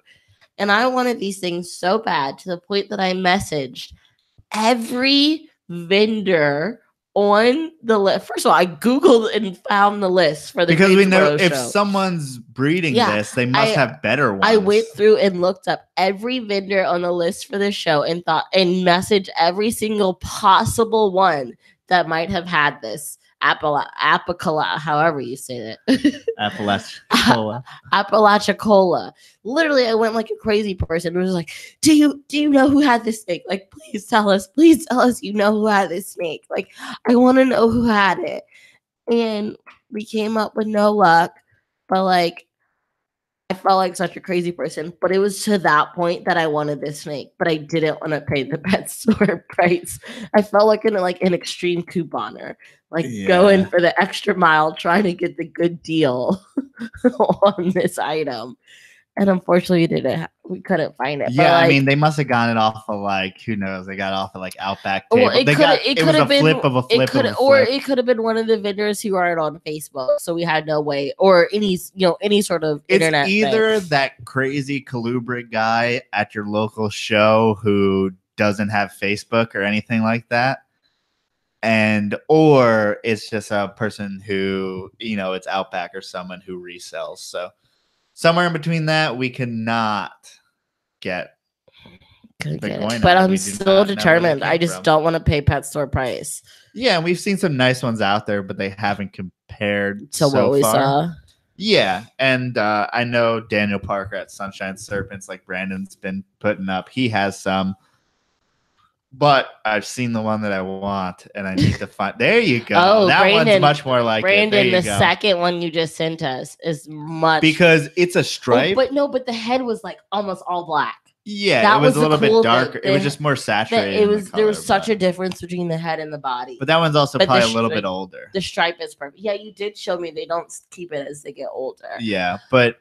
Yeah, it had a perfect stripe and didn't have much side pattern, and the side was very clean, which is sweet. Yeah, so if anyone all over the world, all over across the rainbow, unless we're not paying importation fees. Our listeners, so if you find Apalachicola or goinai, it's much easier to say goinai, at your local reptile show, message us pictures. We will literally make it happen. You buy them, we'll send you money and buy them if they're good and beautiful. Like And you I can want to mark make them this up happen. by 10%, 5%. Charge us a little bit extra. Yeah, No, I'm just making... we just don't want to pay the pet store prices for them. As much as I love them, the pet store's charging what, like $150 for one. It was like $150 for one. And there's a ball python guy out there like, you fucking pussies. Like, I paid 13 grand for some shit looking snake 10 years ago. As much as I love them, I'm not gonna pay $150 for one when I know I could find someone for like fucking 60 bucks. Yeah. Like, I'm just not gonna do it. I'm not gonna do it. Yeah. So local pet store people or local pet shows, reptile shows, be our little hunters. Go find them. Okay. Mike Kasiski. Wow. I don't know how to say it exactly. But okay, so why are you saying wow? Kosicki would be mine. He said, I think a lot of king snake people have moved into Brooks and ignored the Goinai means the last few years because they've not been around. Yeah, I mean, I don't see many people working with them much at all. They do kind of, once they get to adulthood, I mean, they do have a similar look, but I think the one thing that the Goinai have is the fact that you get more pattern variations. So even though things like you can have mosaics. Holy shit. Does anyone hear her still coughing back there? Are you all right? Holy shit. So, I mean, there's mosaics and stuff, but there's no actual pattern variation, to be honest. They all kind of end up looking the same, but yeah, whatever. I mean, people look... I mean, I don't know why things like the black king snakes aren't a big thing as far as, I believe they're Eastern blacks. They're not Mexican blacks, but Eastern blacks. I mean, there's plenty of really cool king snakes and rat snakes here in the US that just no one's messing with. Like, I don't know why Baird's rats can be orange and purple, but they're $75 each and no one gives a shit. It doesn't make any sense to me why there's so many good looking snakes. And I mean, even things like, which I know they're a pain in the ass, but things like coach whips and racers, things that are really cool looking. I mean, I don't know why there's absolutely zero people working with them, but that's the state of the hobby, folks.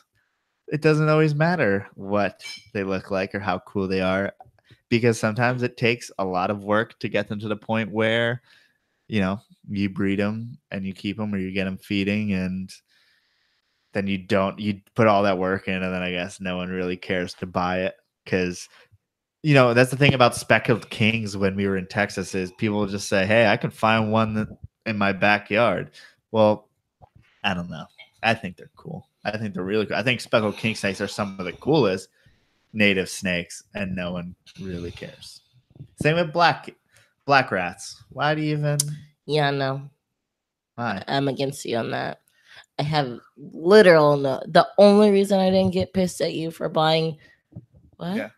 The only reason I didn't get pissed at you for buying the black rats is because they cost you $15. That's the only reason I wasn't mad. But I have no interest in them.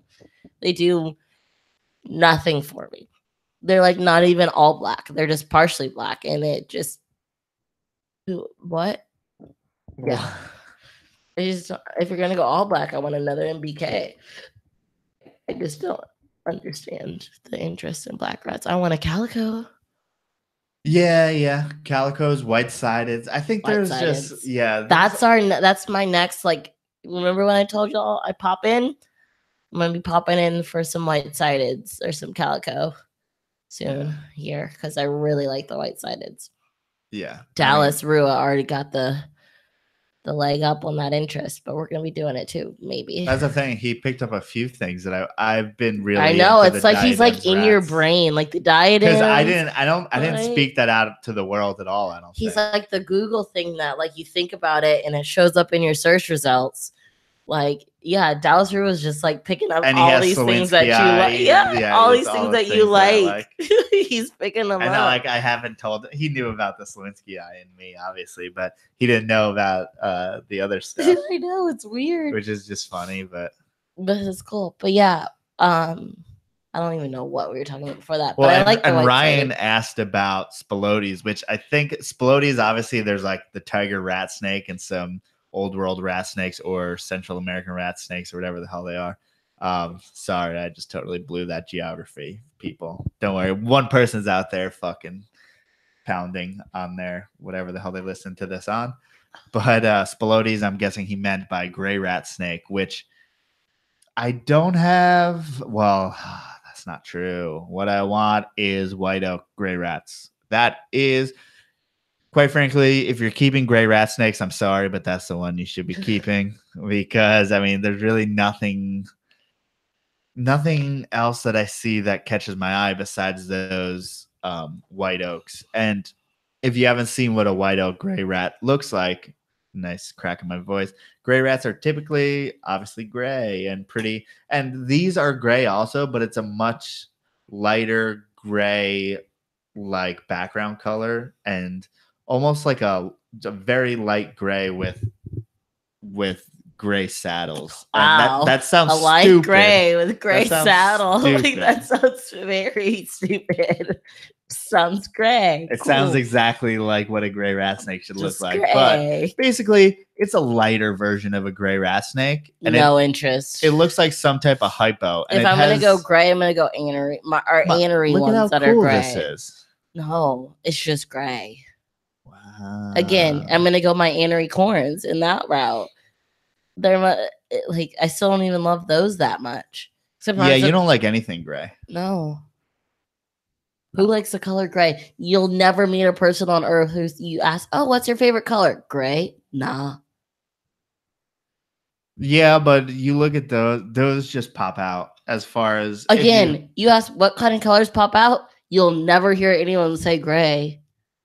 No, but there's just something striking about that snake.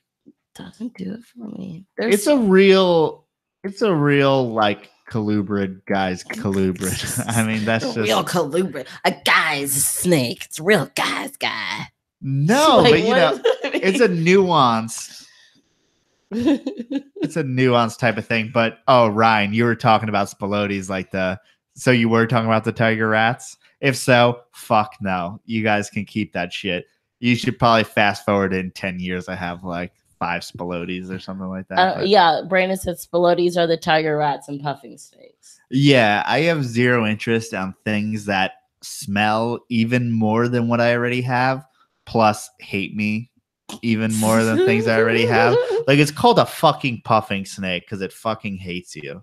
That's just fact.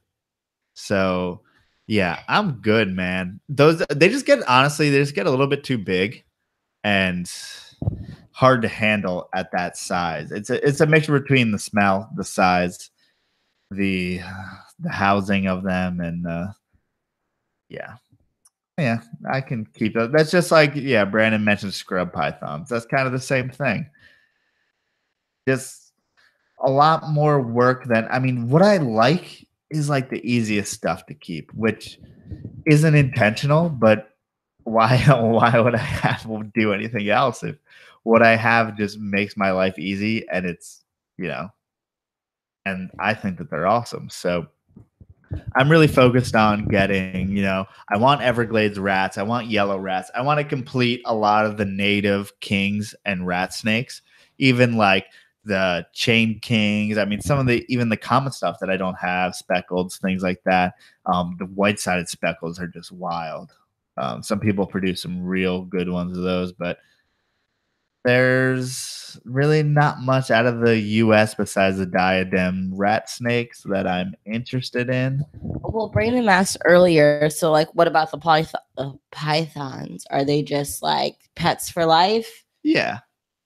Maybe I feel like those are one of the questions. Like, if you come into money, like, I think if we come into money, also it's going to be valuable that I have an adult water python and an adult female water python and an adult female olive python. So there's going to be more of a chance that someone will do a breeding loan with us. I was about to say that you're really not into breeding loans very much. No, but I for the I rare occasionally stuff, like poke at him. I'm like, Why don't we do it? I mean, I've even poked at Owen. Cough, cough. I don't even know if Owen listens to our podcast. Eric will, so he'll tell him. Will. Yeah, Owen doesn't. Thanks, Owen. But it's okay because I don't listen to yours either. Wow. Wow, that was very well, I do, so it's just like it's the same thing. It's the same dynamic, really.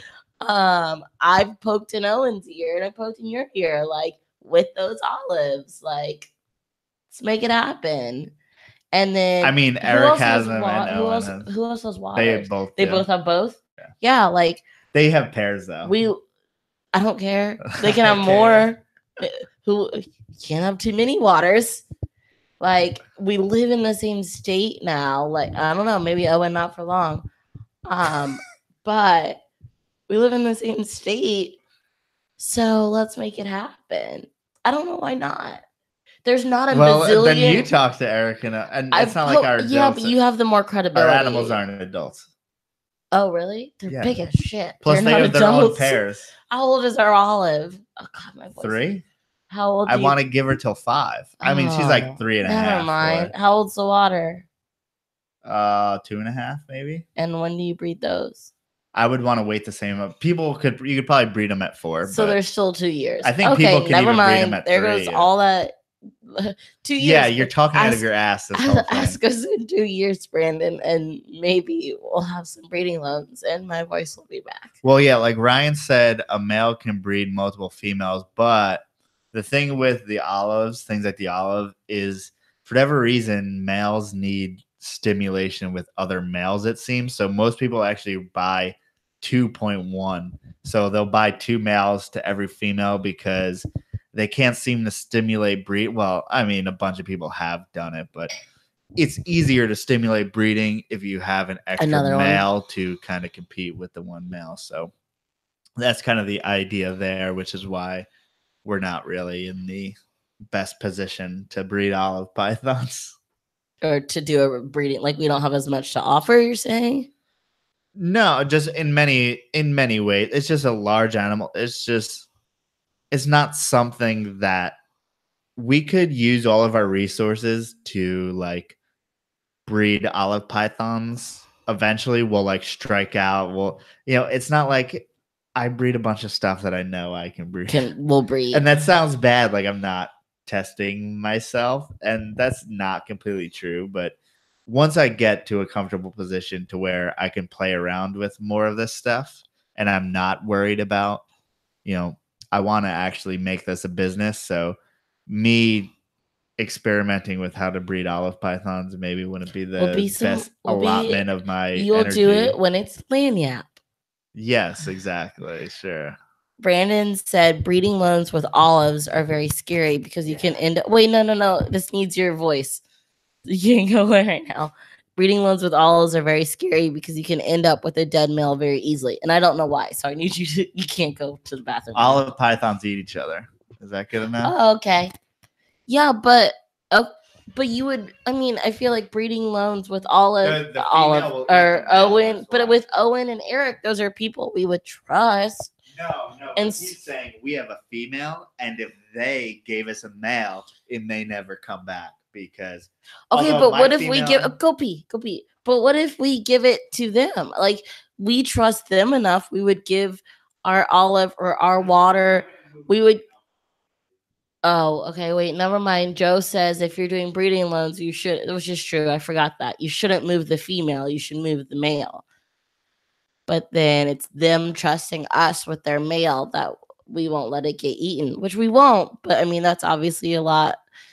That's a lot of risk. But if they're willing to, Eric and Owen, PSA, in 2 years, let's make it happen. Or Joe and I'll just win the lottery and we'll buy another olive and another water.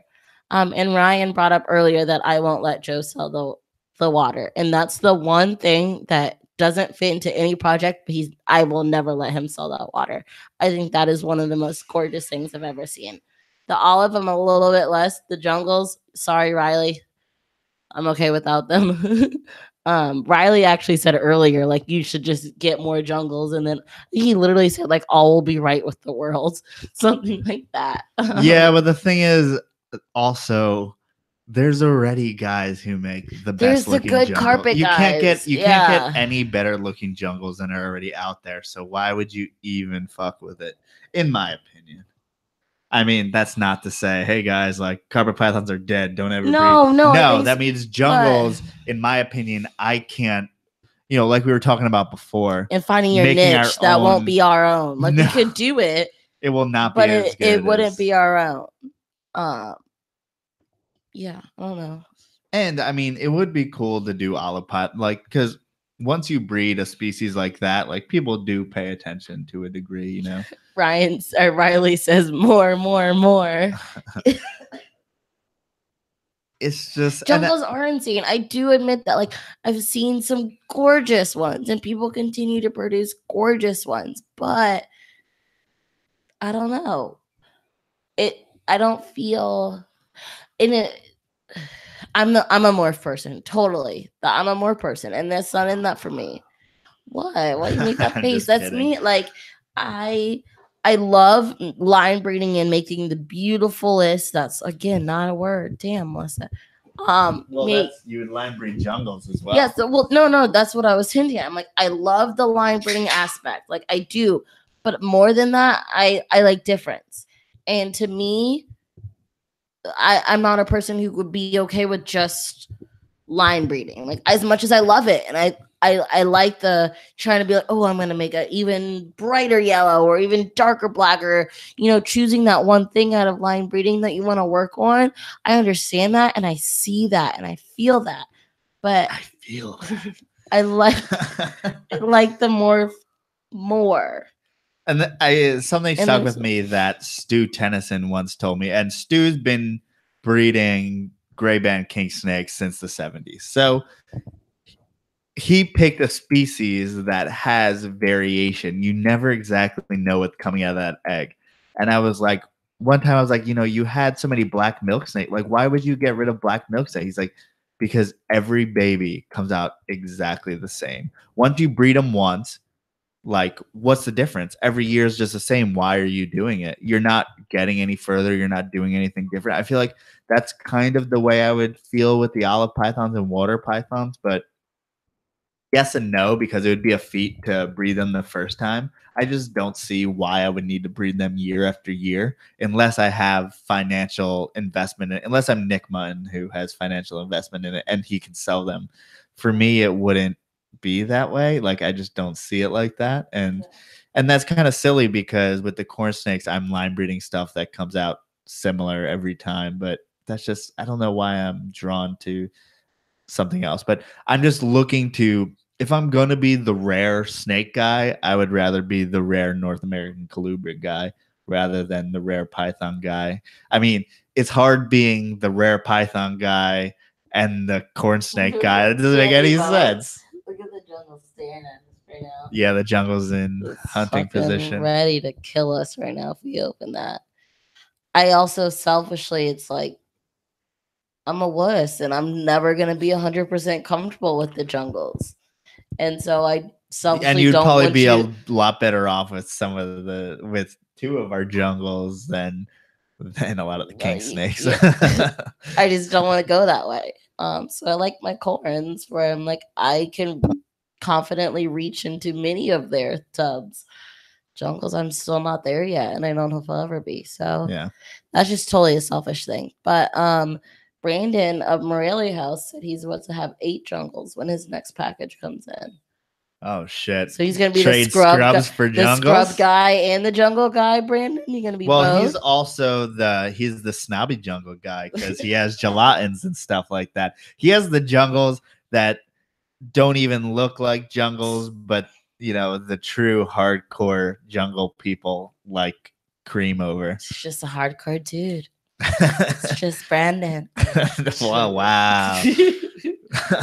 But yeah, that's one of those things where it's like Brandon bred scrubs. Now, like, no matter what, it's so silly because like we talked to Lawrence, he's like, just my 4 years of experience with these snakes, accounts for something. It's a different system. So it's like Brandon bred scrubs, but no one's like, oh, Brandon Wheeler, like he only produced 1 clutch this year. who is he to like? No, dude, he bred scrubs, and that gives That's you like a fucking feat. that Like gives you a certain that's legitimacy like just Olympic. to. If they're the Olympics of states, like Brandon, you got a medal for that.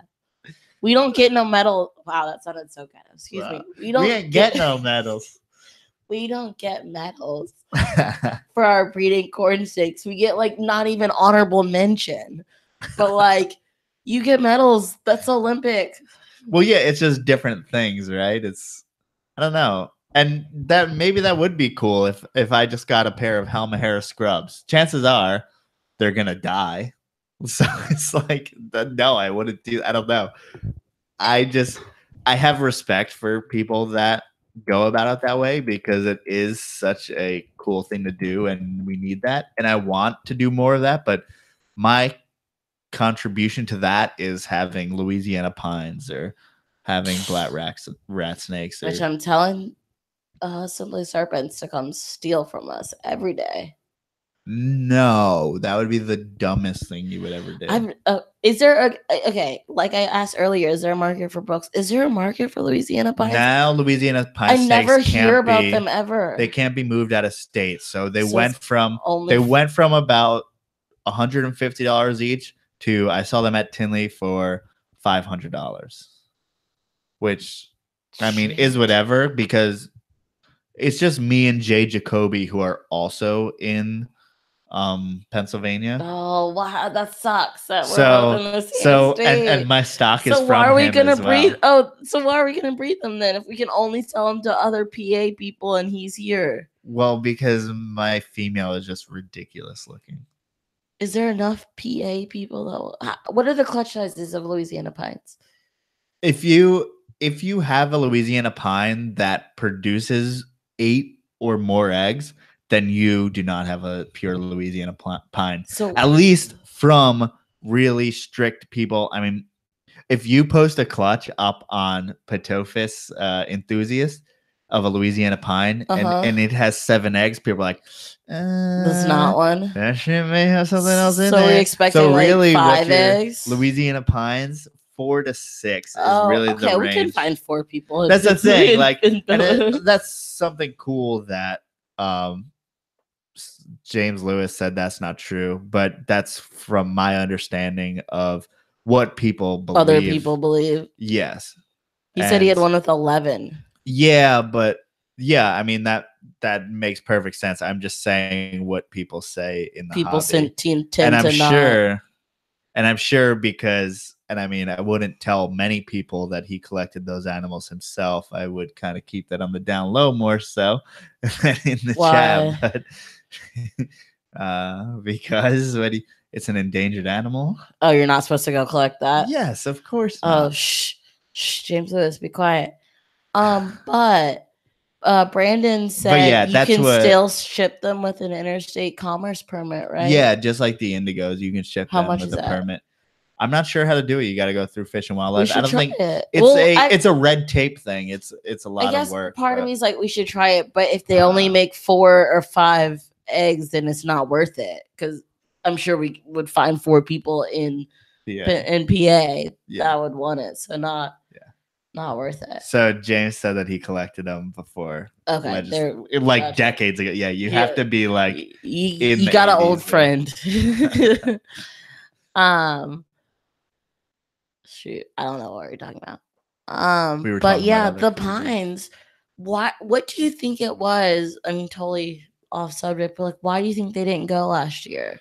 I don't think that they were big enough. That's pretty much How old are they?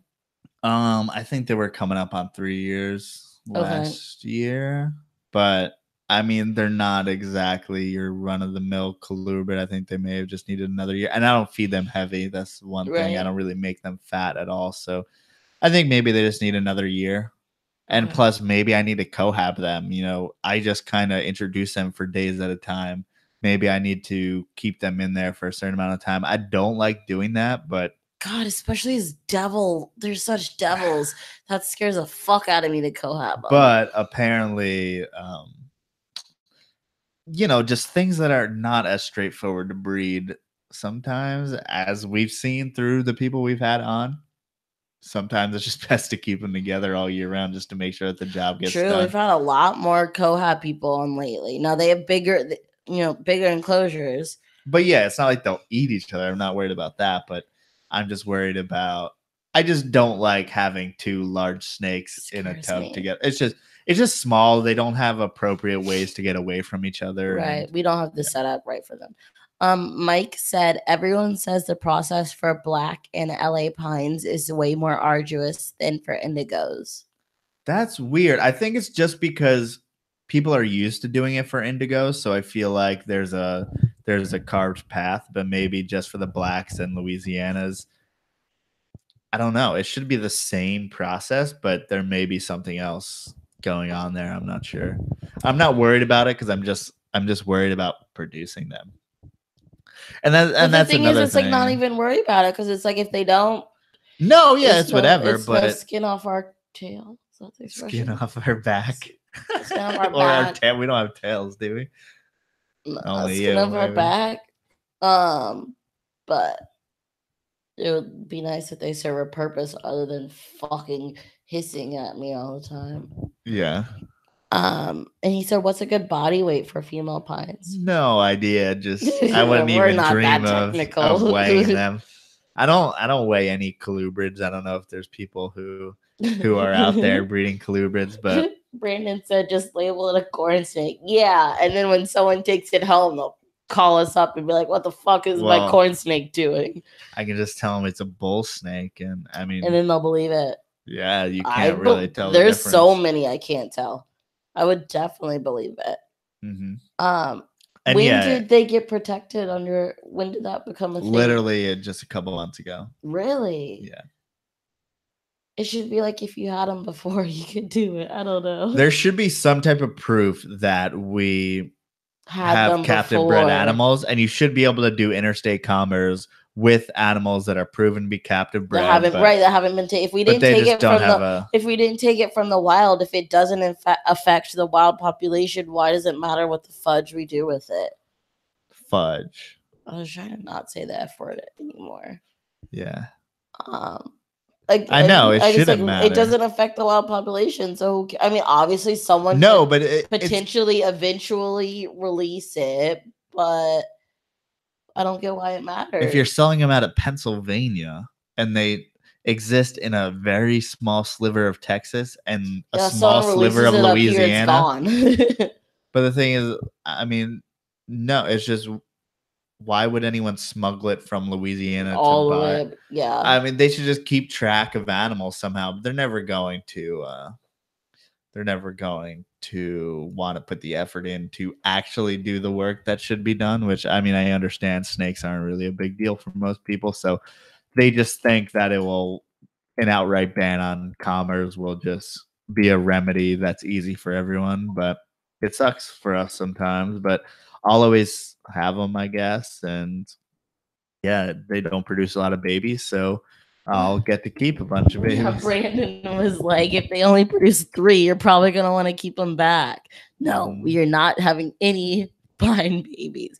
If they're this devil as an adult, I can only imagine what their babies are like.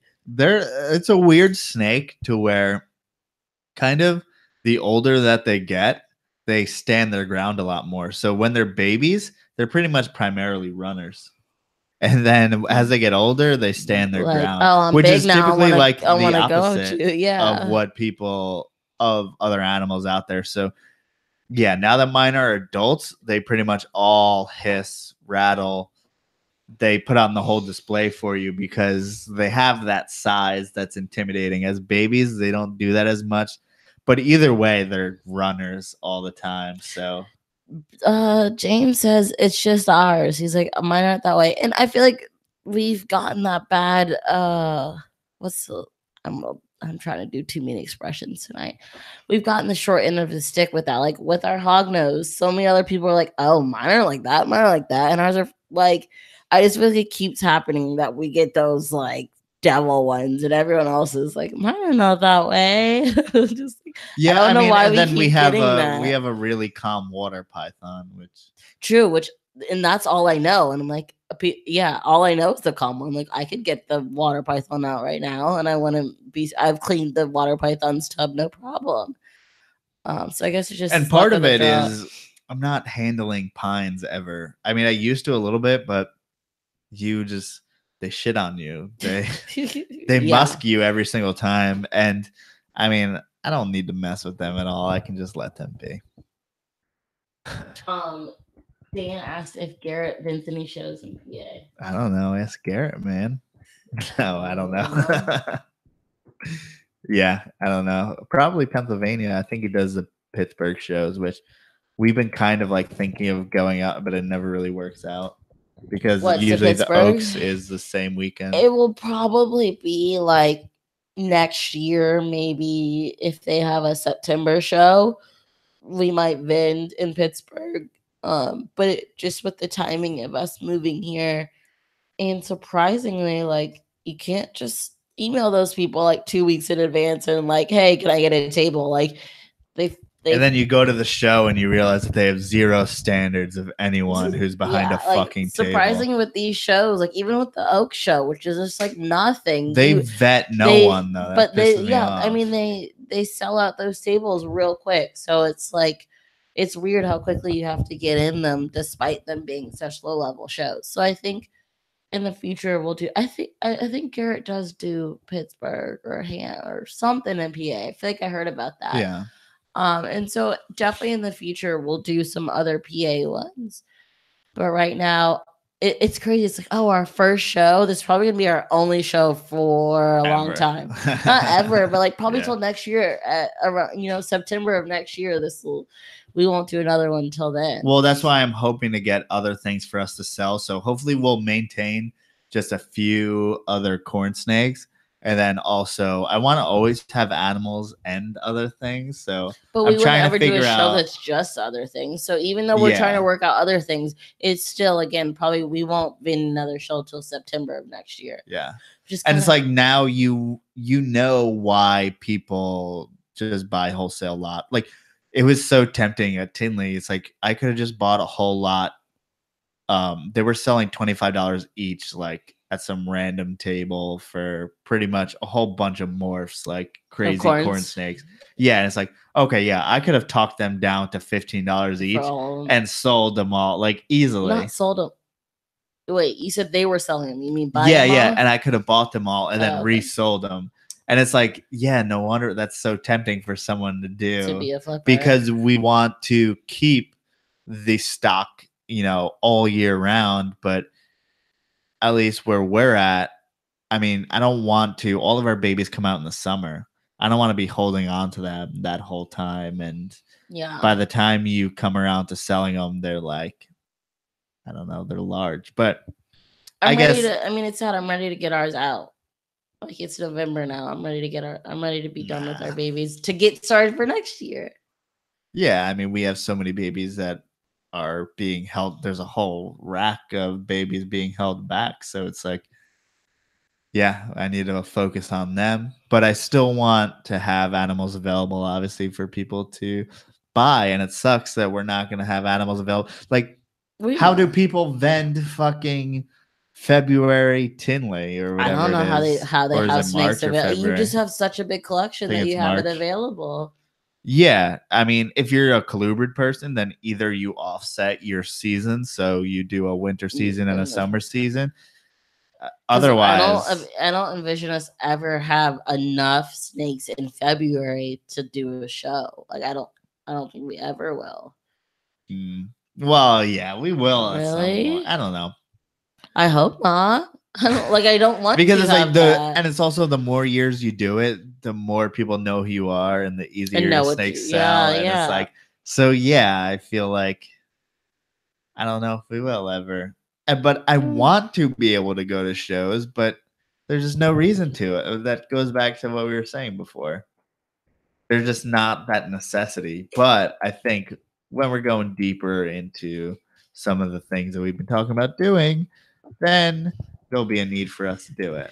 Dan, sorry, I just responded to Dan, but I was thinking about Brandon. Brandon said we should vend White Plains, which I would love to, but that's another one you have to get in. Or like, is there even any space? I feel like it's all taken up. And then I'll be in the annex room like a fucking redheaded stepchild, like a little bitch. You know, can I be in the real fucking show, you want to motherfucker? be at the adult table for Thanksgiving? Yes, I want to be at the fucking big kids table, motherfucker. Give me bar checks because he doesn't show up anymore at the White Plains. Give me his table. What the fuck? Wow. Yeah. So White Plains, I would love that just because that's like your home. And I feel like that would be cool to do that. But yeah, we got to get some street cred and get in there, I guess. No, you just need to fucking know people and yeah, that's what street cred is. And be on you gotta be on a list. There's a waiting list. There's a short list for that. And then Tom asks, how's the Amazon tree bro cage doing? How do you think? Seems, I mean, I don't know what it's supposed to look like. I mean, the pothos don't grow. Yeah, it's not. There's not a whole plethora of pothos going on. I think we may actually have too much lighting on them. But the Chinese evergreen has grown quite a bit. I've been turning the light off earlier than you want to. Yeah, well, that's fine. Because they're a low light plant and we have lights on them. I mean, they should survive otherwise. They do. They're surviving. Well. They're just not like thriving. And I do trim them. Okay. So that's part of it. But yeah, they're not exactly like thriving in there. But the Amazon just hangs out in the back. Like I just get scared whenever I go to turn the light off. I'm like, this little shit is going to pop out and like go after. Like, I don't like when I can't see him. I like when I know where he is. I know his spot. He sits when he's out. He's right by the what do you call that? The probe. The probe. Yeah. If he's out, he's right on the probe. If he's gone, I literally have no idea where he is, and that scares me so much. I don't like not being able to see the animal, especially that little. Yeah, fudger. He hangs behind the pothos, and then he'll go up and perch, but the perch, like, he won't perch by itself, which Amazons typically don't, but he'll perch while hugging the probe. So he doesn't want to just hug on the pipe, on like the regular pipe that is across, right? But there's a probe there, and he wants the probe. Yeah, he seems okay as long as the probe's there, and it doesn't seem, he never gets like the actual heat part, so it's not like he's changing the temperature of the enclosure at all. He just really likes the probe thing. Yeah, so whatever. I mean, I can move it out of the ways, but I mean, that gives him a good spot to hang out under the hot spot. So, I mean, no harm, no foul, since he's not like covering up the probe to where it doesn't work or anything. I mean, he's Mike said there's a show close to Mebane. I'm shocked. Where? Because when all the cities close to Mebane, or my parents live near Burlington. There's the Raleigh show. Yeah, but that's not close. It's what his definition of close is. Because I mean, Greensboro and Chapel Hill and Durham and Raleigh are all the other big cities. And Brandon's calling me out for my wussiness, and I'm ignoring him. Oh no, but he's like, even last night, this morning because usually when I go in the morning and I turn on the light, he already knows that it's time, and he'll go away already. So, and this morning he didn't, and then I put my hand and then I just see this like little shadow coming after my hand. I'm so scared.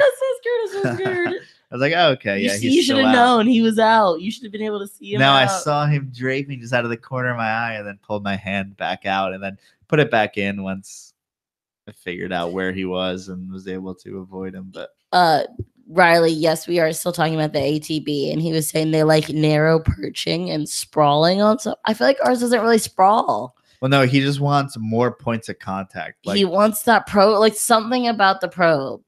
It's because he's not really he's not like sprawling out, like he's still kind of skinny, but it's skinny and out to get the probe. Because like I have this green netting, like the green, I don't know how to explain it, but so basically he could like chill and sprawl over that if he wants to, but he does kind of do more of a green tree perch than I would expect him to. He doesn't sprawl, but he won't do the green tree perching without the probe. He needs. There's no other place. He will not go on the perch any other place than near that probe. Yeah, and if he is, then he's on the perch, but the second half of his body is like on the pothos. It's spread all over the enclosure, and he's like that's when he sprawls. But like if the light is off, he is on that probe, on the perch. He is not sprawling. I feel like when he was in the tub, he liked that green netting a little bit more. No, he would always go in the corner of the tub to where there's like a little lip, and he would just hang out on the lip instead of being on the perch. He would hang out on the lip of the tub. So you pull out the tub, and he would fall off of it. Because he was on the fucking. Yeah, like he's a weird little guy. He's not like what I would, what other people say ATVs are like, but I'm so scared to turn the light off in there because I know he's ready to jump out. And sometimes we forget that. I forget that we have in it. You would think that would be the snake that we remember the most and see the most because snakes I have. We forget the ATV. I'll be like, oh shit, yeah, there's the ATV. Like I just feed him like once every 2 weeks. And other than that, man, it's like he doesn't exist because he'll know because we'll like go upstairs and he knows once the TV's off and we're not in there, he can come out now. So it's like the one snake that doesn't get. We had the green tree in the same situation, but the green tree seemed to get stressed with the TV and us being out there because the green tree is always in the open because green trees are right. We always saw ball pythons on sticks. ATV hides and stuff. And but but the ATV is more dynamic, Yeah. I forget he's there until I remember that. But he certainly wants to. I will never forget the day you bought him and you just put him in my hand like there wasn't a 95% chance that he was going to bite me. The fact that he didn't bite me, I'm still very thankful.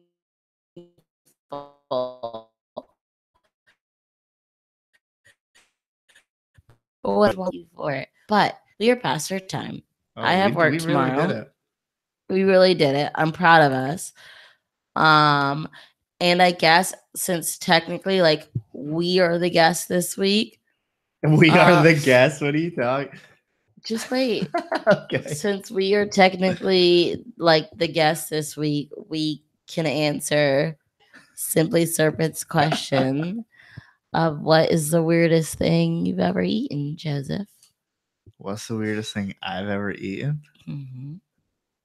I don't know. I don't think I've really eaten many weird things. Something. No, you go first. Okay. I think I've actually brought this up on the podcast before. When I was in high school, we went to New York for one of my classes, and we went to a dim sum restaurant, and that was one of the worst restaurant experiences of my life. Because there are these little ladies just walking around with food and putting shit on the table. And we were just expected to eat it. I have literally no idea what it was. I'm sure there was some balls and eyeballs and tongue. Like I don't even know what I was eating. And so the weirdest thing I've ever eaten is what I don't know. It was very, and then it's That's just not like a good answer. I'm sorry. I didn't know what it was. They just put it on the table. What do you mean? They don't speak English. It's okay. You're in this big ass huge ballroom. It's these little ladies with carts, and they have a bunch of. What are you talking about? It was a dim sum restaurant in New York City. They have carts, and on their carts, there's like 10 different plates, and they literally come to your table, and they put the plates on your table. And you're just expected to eat it. I have no idea what it was. None of them spoke English. So it was Asian. It was dim sum, which is Asian. Yes, dim sum. Dim sum. You keep on saying that like that's supposed to get across to me. Everyone knows what dim sum is, except for you, clearly. I don't know what it is I ate. It was weird. Okay, James Lewis was like, "Oh, I didn't eat any weird things in New Orleans, but the things I eat in New Orleans aren't weird to me. They're not weird to people in New Orleans. They're not weird to me. Like, yes, I've eaten alligator. Oh, you know what's actually not in New Orleans? In North Carolina, I ate pigeon. What? It was not good. I mean, I've eaten squirrel.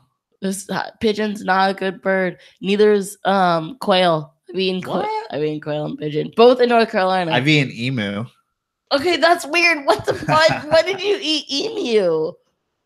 It was only in jerky form though. It wasn't like legit. But where? It wasn't like in Alabama? Emu. No, in Syracuse there was some emu jerky. What the fuck? Yeah, I've also had alligator. But see, to me, alligator's not weird. Yeah.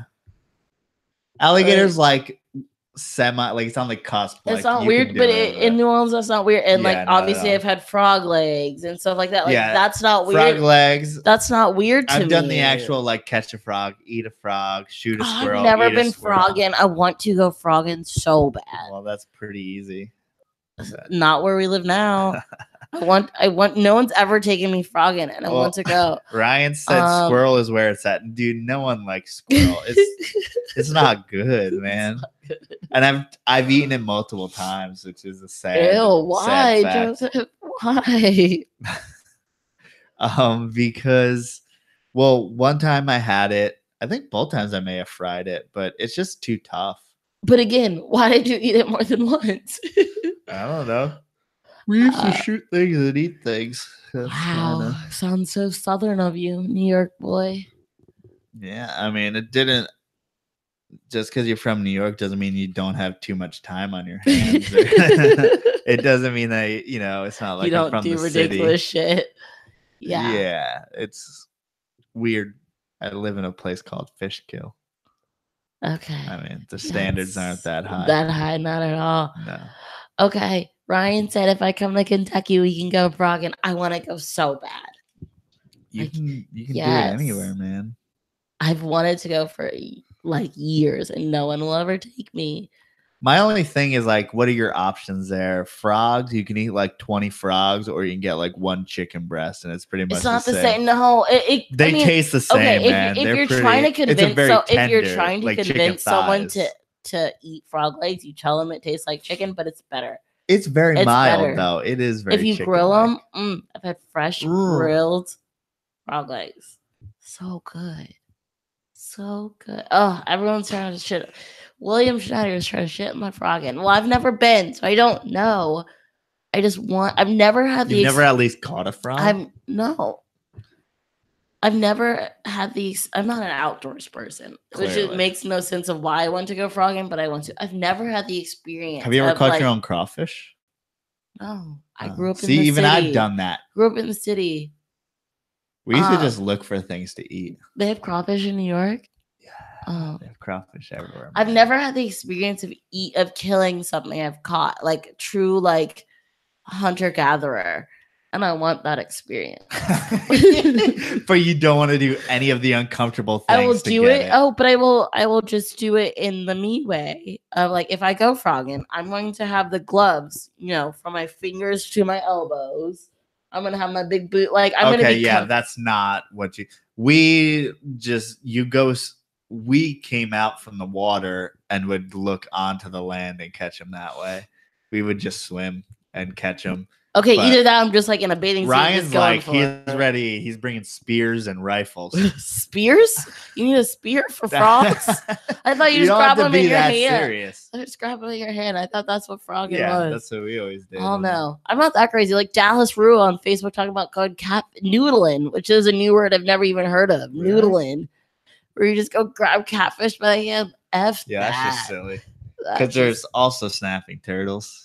Yeah. Wow. Tom too said the weirdest thing he's ever eaten is fried chicken buttholes.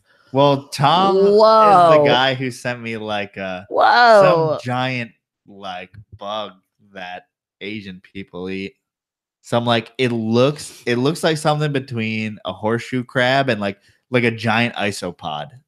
Yeah. And they split it open like it was crazy. William asked if we've ever eaten snake. I've never eaten a snake. I think I've eaten. I think I've eaten jerky, like python. Maybe that's not. What's with you and jerky animals? They used to have this store that had like a lot of weird jerkies. Jerky assortment. Like they'd have elk, emu, alligator, snake, all this other stuff, and and I mean, like we've seen the fried rattlesnake and stuff in Texas, but we never really.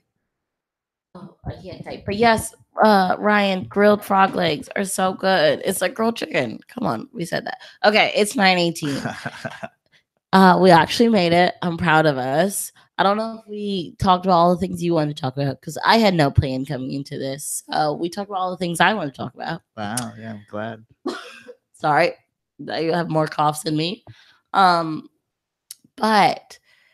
guest. If people want to reach out to you, where can they find you?